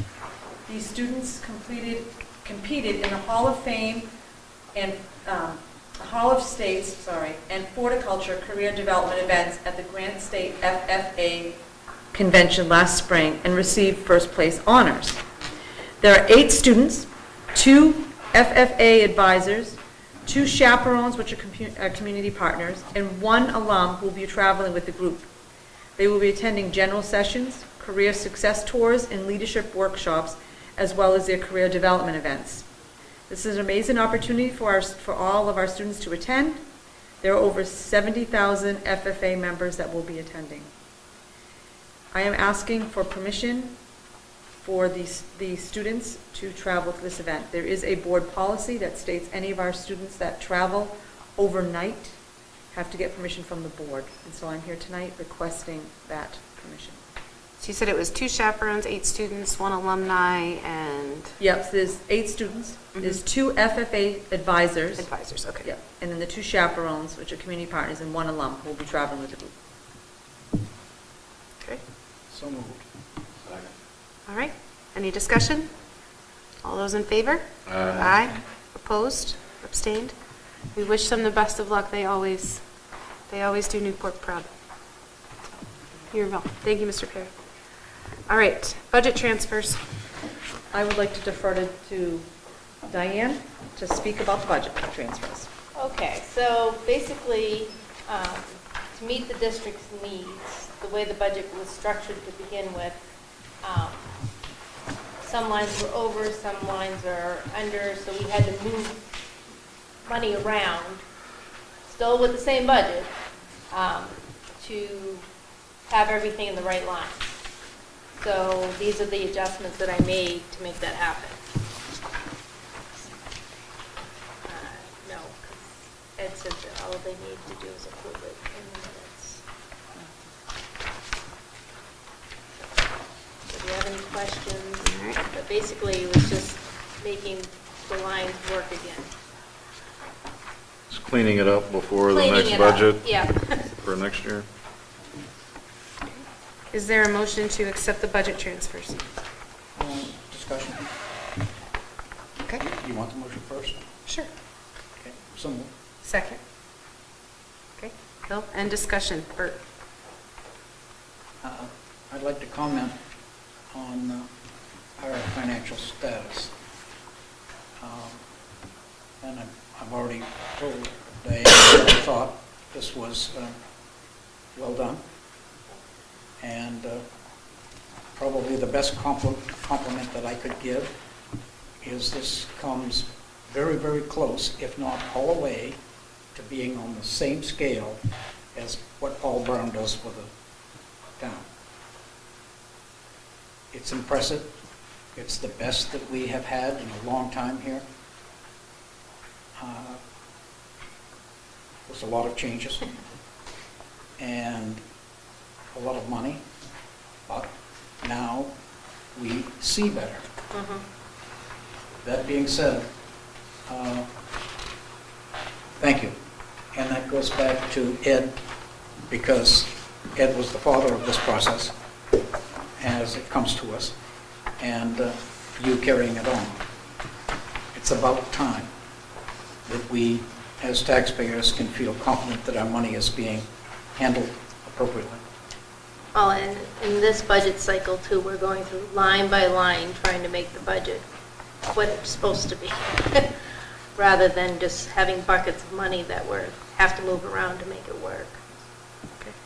And there are other things that are in here that some personnel did to improve our position. That is well noted for both of you. Okay, any other discussion? All those in favor? Aye. Aye. Opposed? Abstained? There you go. All right, elective course at the high school. I'm always excited when we get to add more stuff for our students in Newport. And so one of the things that we'd like to do is we have a phenomenal art teacher at the high school, and he has approached us with adding an elective course. So we'd like to add Ceramic 1 to our program of studies as an art elective. This would begin the next quarter, which starts on November 7th. Do we have, I'm assuming we have all the Yes, resources? We have a kiln that is, he said he's never seen one in as perfect shape as it is, and it's never been really used. That, you know, he's looked at it, he's checked all the components to it because he knows how to fix them and work on them. And so we have the clay, we have the stuff that we need. I did also, in your packets, you should have received a document, it's probably in the back part of the, that talks about what the program is, the program of study. Oh, here it is. It looks like this is ceramic proposal. And I'm assuming it fits into the schedule. I heard Steve Yes. mention that. Yes, it does. Sorry. There are some courses like photography, there's only one student in it, and because there's only one student, they can't run that course because it just doesn't, you know, one student, one teacher, and photography doesn't really work well. And so they really feel that adding this component will allow for more students to take part in electives. Is there a motion on adding the Ceramics 1 elective beginning on November 7th? Motion. Is there a second? Second. Any discussion? Okay, all those in favor? Aye. Opposed? Abstained? Very good. I'm happy to see things coming back. For a long time, it was things going away. So. Okay, budget calendar update. Also in your packet, the calendar has been updated, just so that way you can see what's going on. And you'll see that there's some things in there that are kind of extra. So what we've done is we've set time aside with every one of our admins to sit down and go over each line item with them to talk about, you know, what it is that goes into that line item, how much they've spent, how much they would need for next year. Is it, you know, do they more, less? And so we're going line by line with each one. So you'll see that there is a part in there. We started this week, so we've met with Eric for the CTE, we've met with Shannon for the high school, and Dave for the middle school. So next we'll be moving on, and we're going to do technology, buildings and grounds, transportation, the elementary school, curriculum, and special education. We'll be meeting with each individual to go over the entire budget line. So when you receive the budget, you will actually have a list, because Diane sits there and types in whatever they're saying that they use it for. So if it's for New Hampshire Honor Society, it's going to say dues and fees, and it's New Hampshire Honor Society and other things that they may be using that for. So you're going to have a very detailed budget. Okay. as well as making sure that the lines are correct. An example would be, one of the lines that we were kind of joking about is that one year it was like $6,000, and this year it was $39. So we're like, why $39? It went from 6,000 to 39. So we're trying, and that's why, you see the big budget transfers, because there was some of that. So we needed to make sure that what we put in the lines are what we put in the lines. And so one of the things that I've explained to each one of them as we go through it is that when the board in the community votes on a budget, it's not just the whole budget, right? What they're voting on is that we have said to them, if I'm just giving you an example, in dues and fees, we are telling you that we're going to spend $1,000. If we go over that $1,000, we will bring that to the board, so that way the board can say, okay, yes, you can, transfer money from something else to there, because that line item was approved by the board and by the community. And the only way we should change any of that stuff is for full transparency, to let people know that we are transferring money from one line to another. Okay, very good. Any comments from the board? Bert? That would be what we just did. Yes. The only difference is we didn't do it line by line. Correct, and it will be a lot less, if anything. So the only difference is we would go line by line. So, Bill? just one thought, when I'm looking at the schedule, so November 17th, budget presentations are mentioned, high school, middle school, VOTEC, and then elementary and special education. Curious about transportation and facilities. Are those going to be presented at some point? Did I just not look far enough at? When you look at this, it is in here. It goes CTE, high school, middle school, technology, buildings and grounds, transportation, Richards, curriculum, and SPED. All of those will be presented individually. So the requirement for all of the department leads of each one of these is they're each going to present. It must not have printed up, It's so he's that's where talking you about lost here on the us. 17th. It just says high school, middle school. Yeah, no, CTE. we'll break it down. We'll break it down more. So transportation and Yeah, facilities will be there for that presentation. Everybody's going to have a presentation for the board. Yep, I just wanted to make sure. I'm sorry, I thought you were talking about the top. I apologize. Nope, not at all. Thank you. Very good. Okay, that brings us to new hires. All right. We have an 8th grade science position. We're looking to hire Michelle Roy at an MA plus 15, step 18, for a salary of $60,875. And do you just want to give a little background on Ms. Roy? You were telling me about her the other day. Yes, well, we're very excited. You get really nervous when it's this time of year of the candidates that you're going to receive. And we actually expanded our horizon, right? We actually put on Indeed. And so Michelle she was a teacher, a science teacher in Massachusetts for many years, and retired from Massachusetts to come here to, she had a farm and an antique store in Croydon. And then she's now moving, and since that move, she's decided that she wanted to go back into teaching because she really missed being with the kids. So she's been out for, I think, 2 years she's been out. So she saw the ad and applied, met with the middle school team. They were very excited to have her. She is going to be a wealth of knowledge because she has the experience that we need in our building. And she comes with she was the STEM person in Massachusetts as well. She also did robotics, and so she's interested in bringing robotics to the middle school. And so she comes with a lot of really good qualities that we're excited to have. Great. All right. So I will make the motion for Michelle Roy. Is there a second? Second. Okay. Any discussion? All those in favor? Aye. Opposed? Abstained? Thank you very much, and thank you to Ms. Roy for coming on board. We have a couple other changes. Yes. So Caleb Godwin is going to be taking over the bus garage. And then Amanda Betelune, right now, is our high school family consumer science teacher and looking to moving into guidance at Richards. But we're waiting on a replacement. right? Yeah, or what we're looking, one or two things. We do have an ad out for that, and what we're also looking for is the quarter to end. So we can't, if we were to pull her out right now, then all those kids would be displaced. So we need to make sure that we can end the quarter. Okay, all right. And those we don't need a motion on because they're just moving around. So thank you to both of them. Okay. All right, we have one resignation. All right, somewhere in the packet. Oh, okay.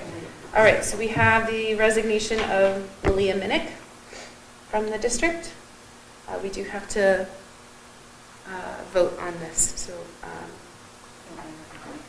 It's my recommendation that we allow Malia to resign with all fees, that she needs to pay the fees that she has incurred. All right. These fees include like insurance and stuff. Okay. I will move that we approve Ms. Minnick's resignation. Is there a second? Second. Any discussion? Do we have to include with fees, or is that part of the contract, so it's just, It's part of the contract. we have to approve it if you didn't want us to charge her fees, right? No, with any resignation, we usually make a motion, but it is in their contract that if they resign after a certain date, that any fees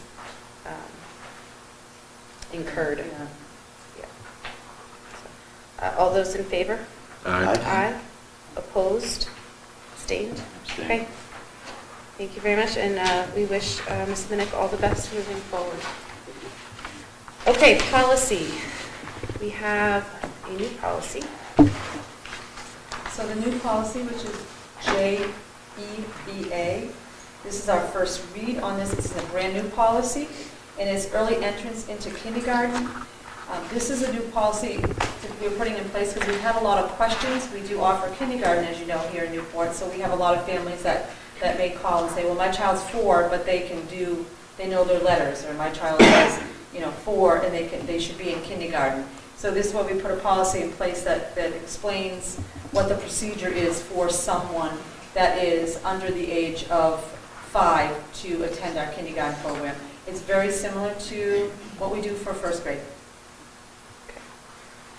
All right. I will make the motion to approve JEBA. Is there a second? Second. Okay. Any discussion? All those in favor? Aye. Aye. Aye. Opposed? Abstained? Okay.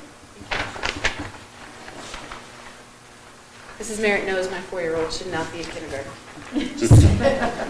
All right, that brings us to first read of 3 more policies. Yes, so now I have the first read of the JLDBB, the suicide prevention policy. Now, this is not a new policy. It was one that was already already as a policy. However, there has been some updates to it. So there's certain sections. What I have done is I have highlighted them in red, all of the changes that you'll see. Added section E to reflect the 2022 passage of the Jason-Dixon Suicide Prevention Act, which requires that the National Suicide Prevention Lifeline gets added to the student identification cards, and that was effective July 31st of 2022. Just so you know, we have both the 1-800 number and the 988 number on our cards that our students currently have.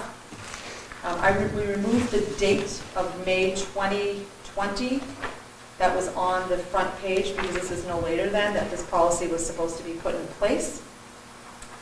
Added Director of Student Services, so you'll see that they ask what the role is of who oversees this, and so the Director of Student Services would be the one that would be overseeing this. So, excuse me, does that "or" come out where it says the Director of Student Services, yeah, or? So what I'm gonna actually do there, and if I can ask for permission to make that change, let me just pull. So what I'd like to do is where it says the Director of Student Services, then add in shall serve as the appointed district suicide prevention coordinator, and then it would say who under the direction of the superintendent would be responsible for. And I'll clean that all up for you. So it takes And that's out fine, water. because this is just a first read. Yes. All right, so, and I think what we'll do is, why don't we just batch the next two with this one? If that's okay? Like the motions? Okay. Does that make sense? So the other revision was JEB, age of entrance. Yes, so all I did with that one was just add, you see in the red, I just add also, to see also the other policies. So this added the new policy, that would be the kindergarten one in there. Right. And that's the first grade one that I talked about earlier. Okay, and then JLCF wellness, which this impacts committees. Yes, so this is the first need for the wellness policy, the JLCF wellness policy. Again, this is not a new policy, but what we needed to do is add in where it says add water to reflect Senate Bill 223, which is on the third page in, it's a C, it says water. So I needed to add those things in there, which is adding that students shall be permitted to bring certain types of water bottles to school. Added that students shall be permitted to bring certain, oh, I just said that. And it just talks about what they are, and then it also talks about that you can have, they could be disciplined, right? If a child's not using it appropriately, then it gives the building administration the okay to reprimand students for that. All right, This, oh, I'm sorry, go ahead. This also requires that there is a board member that sits on this committee. This committee, this policy came out, geez, a while back. And it looks like in '05, but this policy actually, in the policy, if you read it, it says there is a wellness committee, and one of the committee members is a board member. All right, I'll take it. I'll take it. Unless somebody wants to cut me in line. Didn't think so. And that's going to be your four, you're Yeah, going to well, extend yourself? it's all right. It's not a frequent committee, right? No, it's like Yeah. 3 times a year. I can do 3 times a week. I take it back. No, I will take off the wellness committee. Okay, so I will move that we approve the first reads JLDBB, JEB, and JLCF. Is there a second? Whoop. Oh,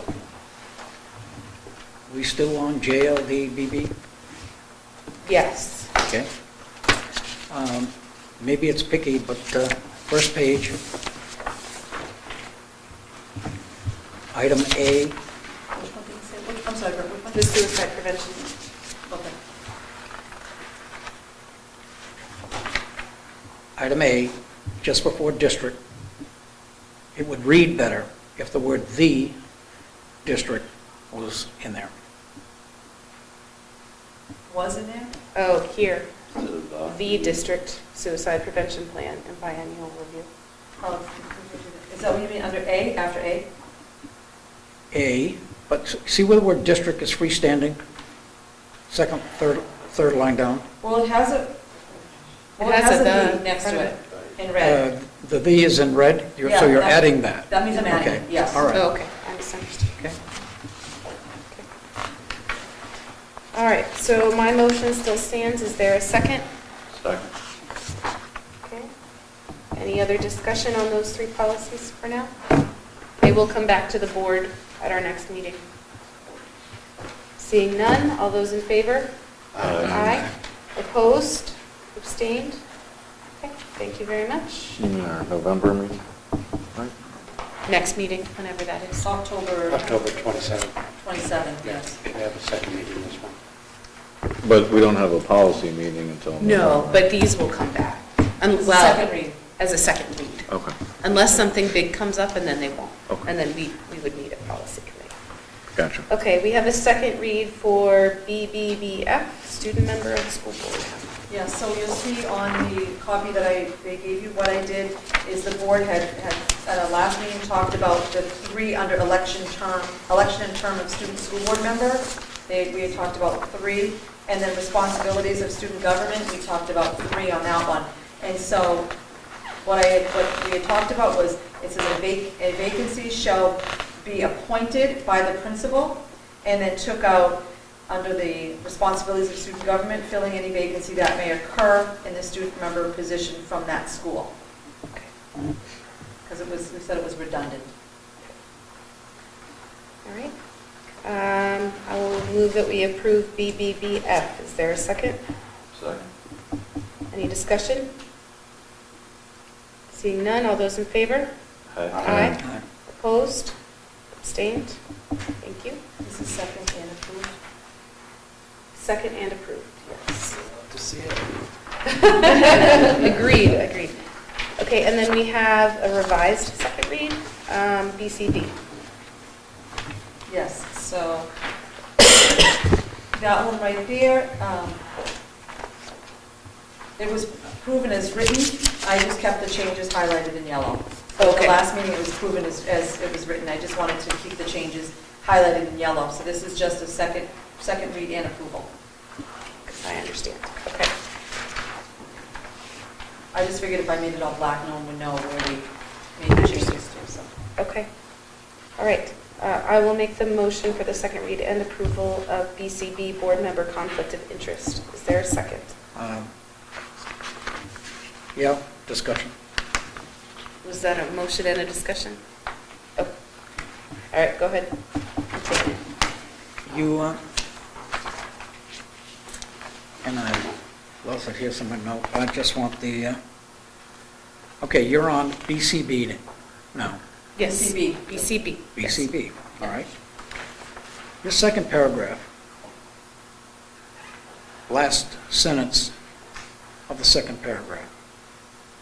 The words embarrass the board or personally embarrass another board member. You are trespassing on First Amendment rights. You can go to the Supreme Court, the U.S. Supreme Court decisions, and your standards of acceptability cannot be applied to a citizen or a board member. I do not lose my First Amendment rights by sitting here. So, in order to make that lawful, you can remove embarrass the board or personally embarrass another board member.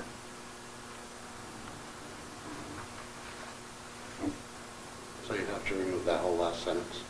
No, just the last two parts, probably.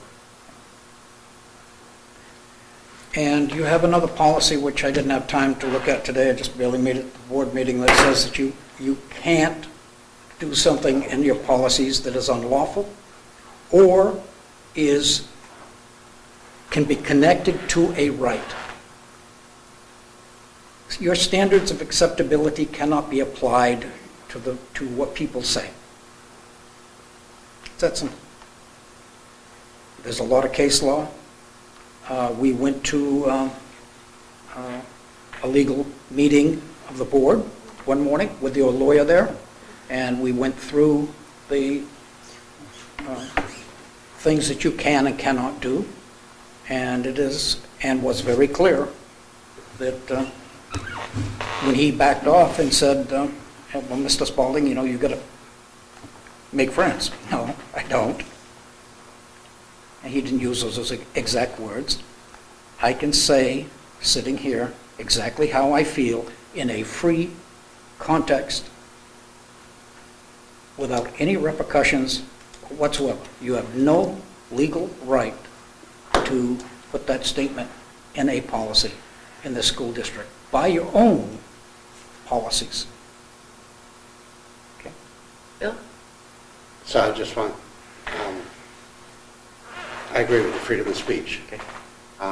It doesn't address speech, it addresses conduct or actions. So we're lumping conduct and actions in with speech. Yes, you are. Okay. But what do you? I just want to clarify. What is conduct? If Jumping up, flipping the table over. yeah, That's an action. It's Yep. conduct. I would find it inappropriate. right. And words are not. If I say I'm going to tip the Right. table over, that's threatening. Now it gets marginal. Right. But at the point where I say this table is no good, and it insults the carpenter who did it, and it didn't. These are beautiful tables, so let's not go down the wrong road. These tables were improved by an individual who did a wonderful job, just a bad example. So let's talk about something else. The crack over here in the corner. It can't be there. You Well, can't, I'm just saying it can't lawfully doesn't do it. speak so- to speech. It speaks to action, the way the policy is This is written. embarrassing. But, It uses the word should. And that's embarrassing, right? You know what I'm saying? Well, no, I know you don't. In order to embarrass somebody, there's got to be a word involved, right? Care? No, not necessarily. I mean, No, if you were to show up to the bar naked, I'd be a little embarrassed. Oh, this conversation is going down the wrong path. I'm fine with the removal. I was just trying to clarify. You that. were exercising your First Amendment right. I've been up since 1:45 this morning. So here's where we're at. I don't think this is my hill, so I'm gonna put on. What I would be curious to see, and that I will look up, is just what the New Hampshire School Board Association has, if this is something that's been added in. But if it's the board's will, I'm certainly happy to table this and bring it back to policy and have that removed. I mean, it's the will of the board, so. Well, going back to your ethics policy, the one that I refused Yep. a year and a half ago, you can't do it. So when we get to that policy, we'll have a real conversation. Okay. Sounds like fun. Yeah, I know, but we've tweaked them over the years, so I haven't, but other members. Okay, all right. But I could be wrong. All right, then, It probably has something to do with the word should. Doesn't say you can't. Or that, you know what I mean, it just says you shouldn't embarrass somebody, but, you know. I don't know, I think it's 7:10 after 2 hours. I think I will withdraw my motion and we can table it and bring it back. Do you need a motion to table it, or just? Do I need a motion to table it? I'll second your motion to withdraw. All right, that sounds good. I don't think I need a motion to table. Perfect. All right, we'll come back to that. Okay, I also have here Mr. Sears' information. I know it's not on the agenda, but. No, it's not. I just wanted to give the board this information. That Okay. was it. All right, thank you. All right, that brings us to communications. You're up. Well, first I would like to say that we were in the parade on Saturday, and we loved it, and it was a great event. We got to see a lot of students, and we passed out books to all of the students. And we worked, our SAU team worked very hard. I told you that one of the goals is to take part and be really a good part of the community, and it was great. And the best part of it is this: we actually took first place. So our float won first place in the parade. So now we're like, great, now we get to do even better next year. So I just wish we knew what the float was going to be now, so that way we can start to prepare for next year, but we don't know that. But our next event is going to be occurring, I believe it's October 28th, which is going to be a coat drive at the Common. We're going to be handing out coats and winter gear for students and families here in Newport. So we're excited about that. Very good. All right. Anybody else on that side of the table have any communications? All right, how about this side? All right, I'm just going to go down the line. Tim? Yeah, the parade was awesome. It was probably one of the better ones we've had in many, many, many years. You dressed so well, I didn't recognize you. I asked Steve, like, was she there? He said, yeah. You Nikki too. noticed you because of your boots. She wanted to know how you were walking in those boots. Sarah's wearing heels, so. They were some hills, she said. Diane and Carrie took a bonus points if you wore it tonight. When I saw them, like, you prayed, I was like, you guys have to wear that on Thursday night. But, no, it's awesome, you guys did that. Handing the books out was great. My daughter got, I think, Clifford the Big Red Dot or something. And so that was great. shout out to the girls, field hockey, varsity's what, 13 and 2, I believe it is. It's that coach. It's that coach, that new coach, I guess. I'm impressed with the positive moves that we're making. Donnie addressed issues that people call me or whatever, you guys get right back to me. And one of the things we did tonight, we'll address that. One thing I was actually thinking of that maybe valuable, kind of had a conversation about this before, was it might be worth at some point, and I don't know how you do it, whether you do it on a classroom basis or assembly basis, but maybe this should be a really class, I don't know, but something on bullying, because I hear so much on out in the community about bullying. And I'm sure bullying is an issue, but I feel like some of what's now considered bullying isn't really bullying. This kid's mean, and that's life. And so maybe we could work on with the community and with the teachers and with the students. And okay, this is bullying, and this is just this kid's being mean. Because I feel like if it's ours, it's just bullying. It's bullying. Like there's no way it's this much bullying. I mean, I'm sure there's lots of bullying, but so I don't know if we've ever had a conversation like that in our school, like, hey, what is actually bullying and what's just having a bad day and it's being mean and your kid's not being bullied in school, you know what I'm saying? That might be something of value. So that seems to be one of the biggest complaints I hear is bullying. But obviously it's happening, and it happens in every school and it happens everywhere, but is it all bullying, or is some of it just like, hey, this person's just being mean to you for some reason, and it's not, you know, there's just a big difference between. Or not even being mean, it could just be that they don't like you or they don't care to talk to you. Right, exactly. Bill? Just to piggyback on that, it might be beneficial, what I'm thinking might be beneficial would be to educate the public about what qualifies as bullying. Because the law has very clear, you know, this behavior is bullying, this behavior is bullying. So a lot of what we're hearing may be, oh, my kid's being bullied. That parent might not know that this behavior doesn't necessarily meet the definition of bullying. So it might just be a communication thing. And I agree, same thing with the kids, that it would be good for the kids to understand what behavior constitutes bullying. Because that's something, like I say, that's been very clearly defined, I think, at the federal level. So it's certainly, you know, and those definitions are what we have to respond to. So, yeah, so I would just think so, communication with those definitions. That was just to piggyback on that. What I did want to say, I believe all the board members received the same email, the invitation to attend the Expo. I'm not available that night. I don't know if anybody else is. It's Thursday, you know, next Thursday from 6 to 8.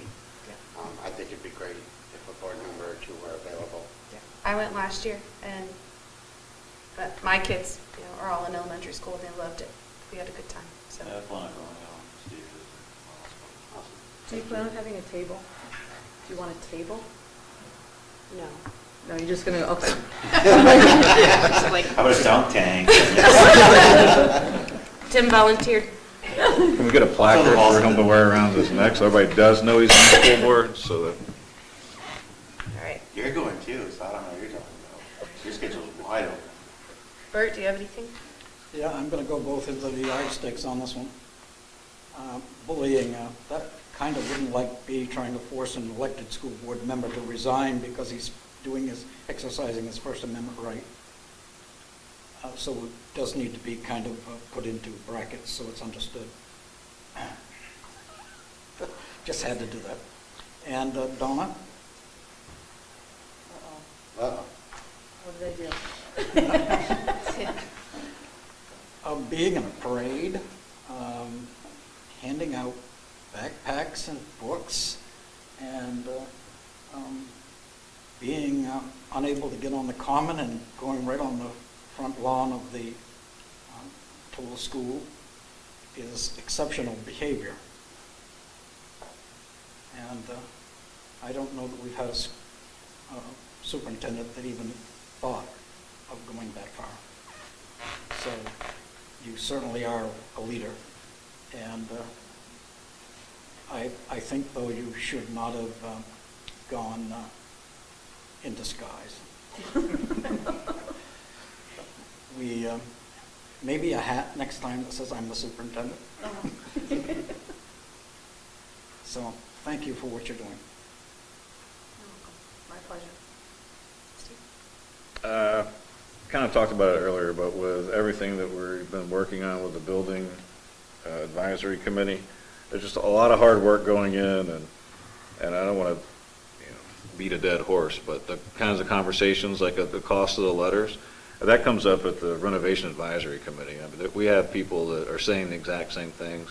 They're saying the same things, and so that you had mentioned with the roof and the generator, I'm saying the same things.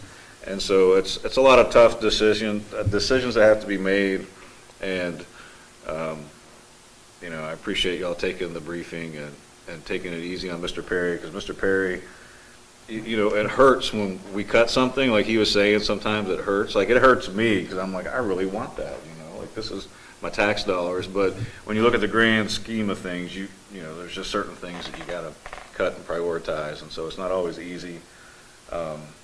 And so I appreciate the feedback that y'all were able to provide tonight, and I appreciate the team that's already gone for working so hard that they've been working for the last 12 months, longer maybe. And welcome to Stephen. Thank you, Stephen. I appreciate you being here. I'm sorry that I did not get to see the costume. I was home at my house in the petri dish that it was over the weekend, as you can guess from my cough. So I'm very sorry that I did not get to go to the parade, but I heard it loud and proud like I do every year. So, but I will be at the expo as well, not in the dunk tank. So I encourage everybody to go and see all the good stuff that we have offered. That's all I have. Donna?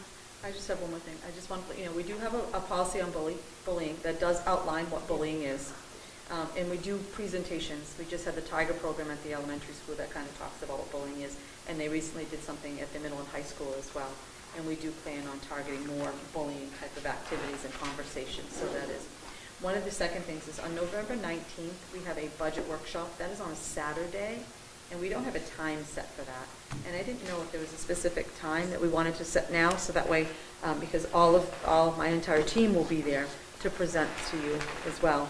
And so I just wanted to make sure that I give them notice on what time to be there. So I'm an early riser, so the earlier the better for me, but usually it's at 9 o'clock is the start time, but.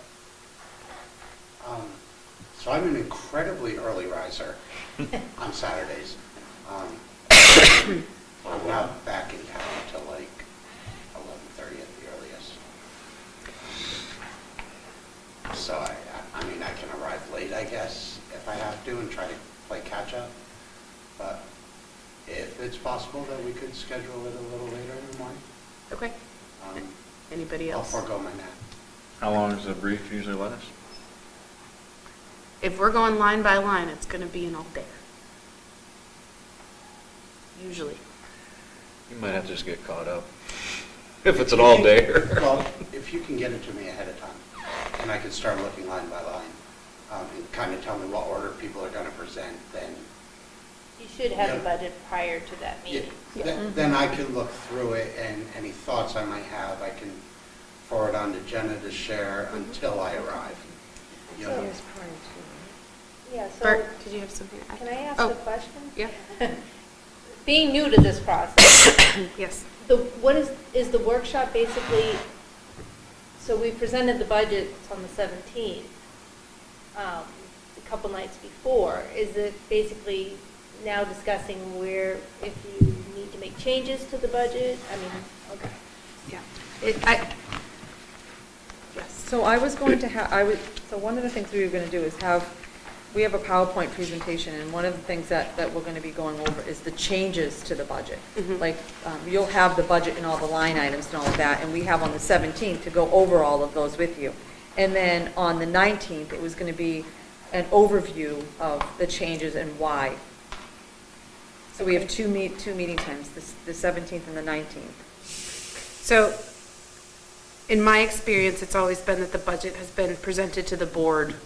We get some time to digest it, and then we would come back on that 19th time.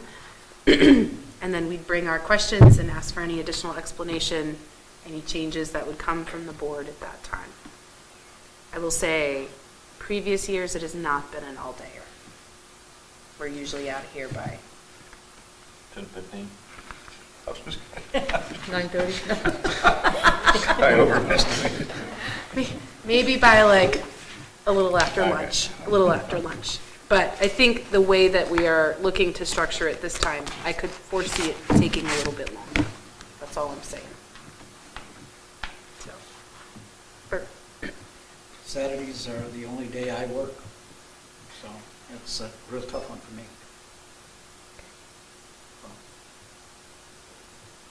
What about Sundays? Sundays are perfect for me, as long as it's not the Sunday before a board meeting. Because I work those Sundays. I can do that. So can we Can we get do together the and do the 20th? Yeah. Would that be easy? If What that's time? Still 9?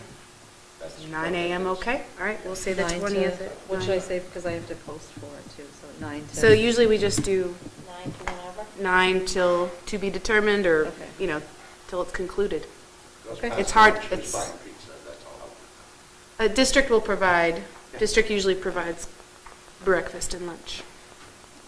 Good to know. Which district? Fix that line. One more I time. gotta find a line to pick it up. I'm already overspent. I was overspent on July 2nd.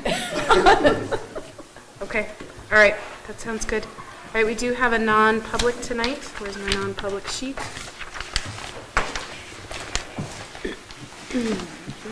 It's like hidden. I got it. All right. We have a non-public under 91-A:3, Roman numeral 2A. No. Yes, sorry. Yes, A. The dismissal, promotion, or compensation of any public employee or the disciplining of such employee, or the investigation of any charges against him or her, unless the employee affected, 1, has the right to a public meeting, and 2, requests that the meeting be open, in which case the request shall be granted.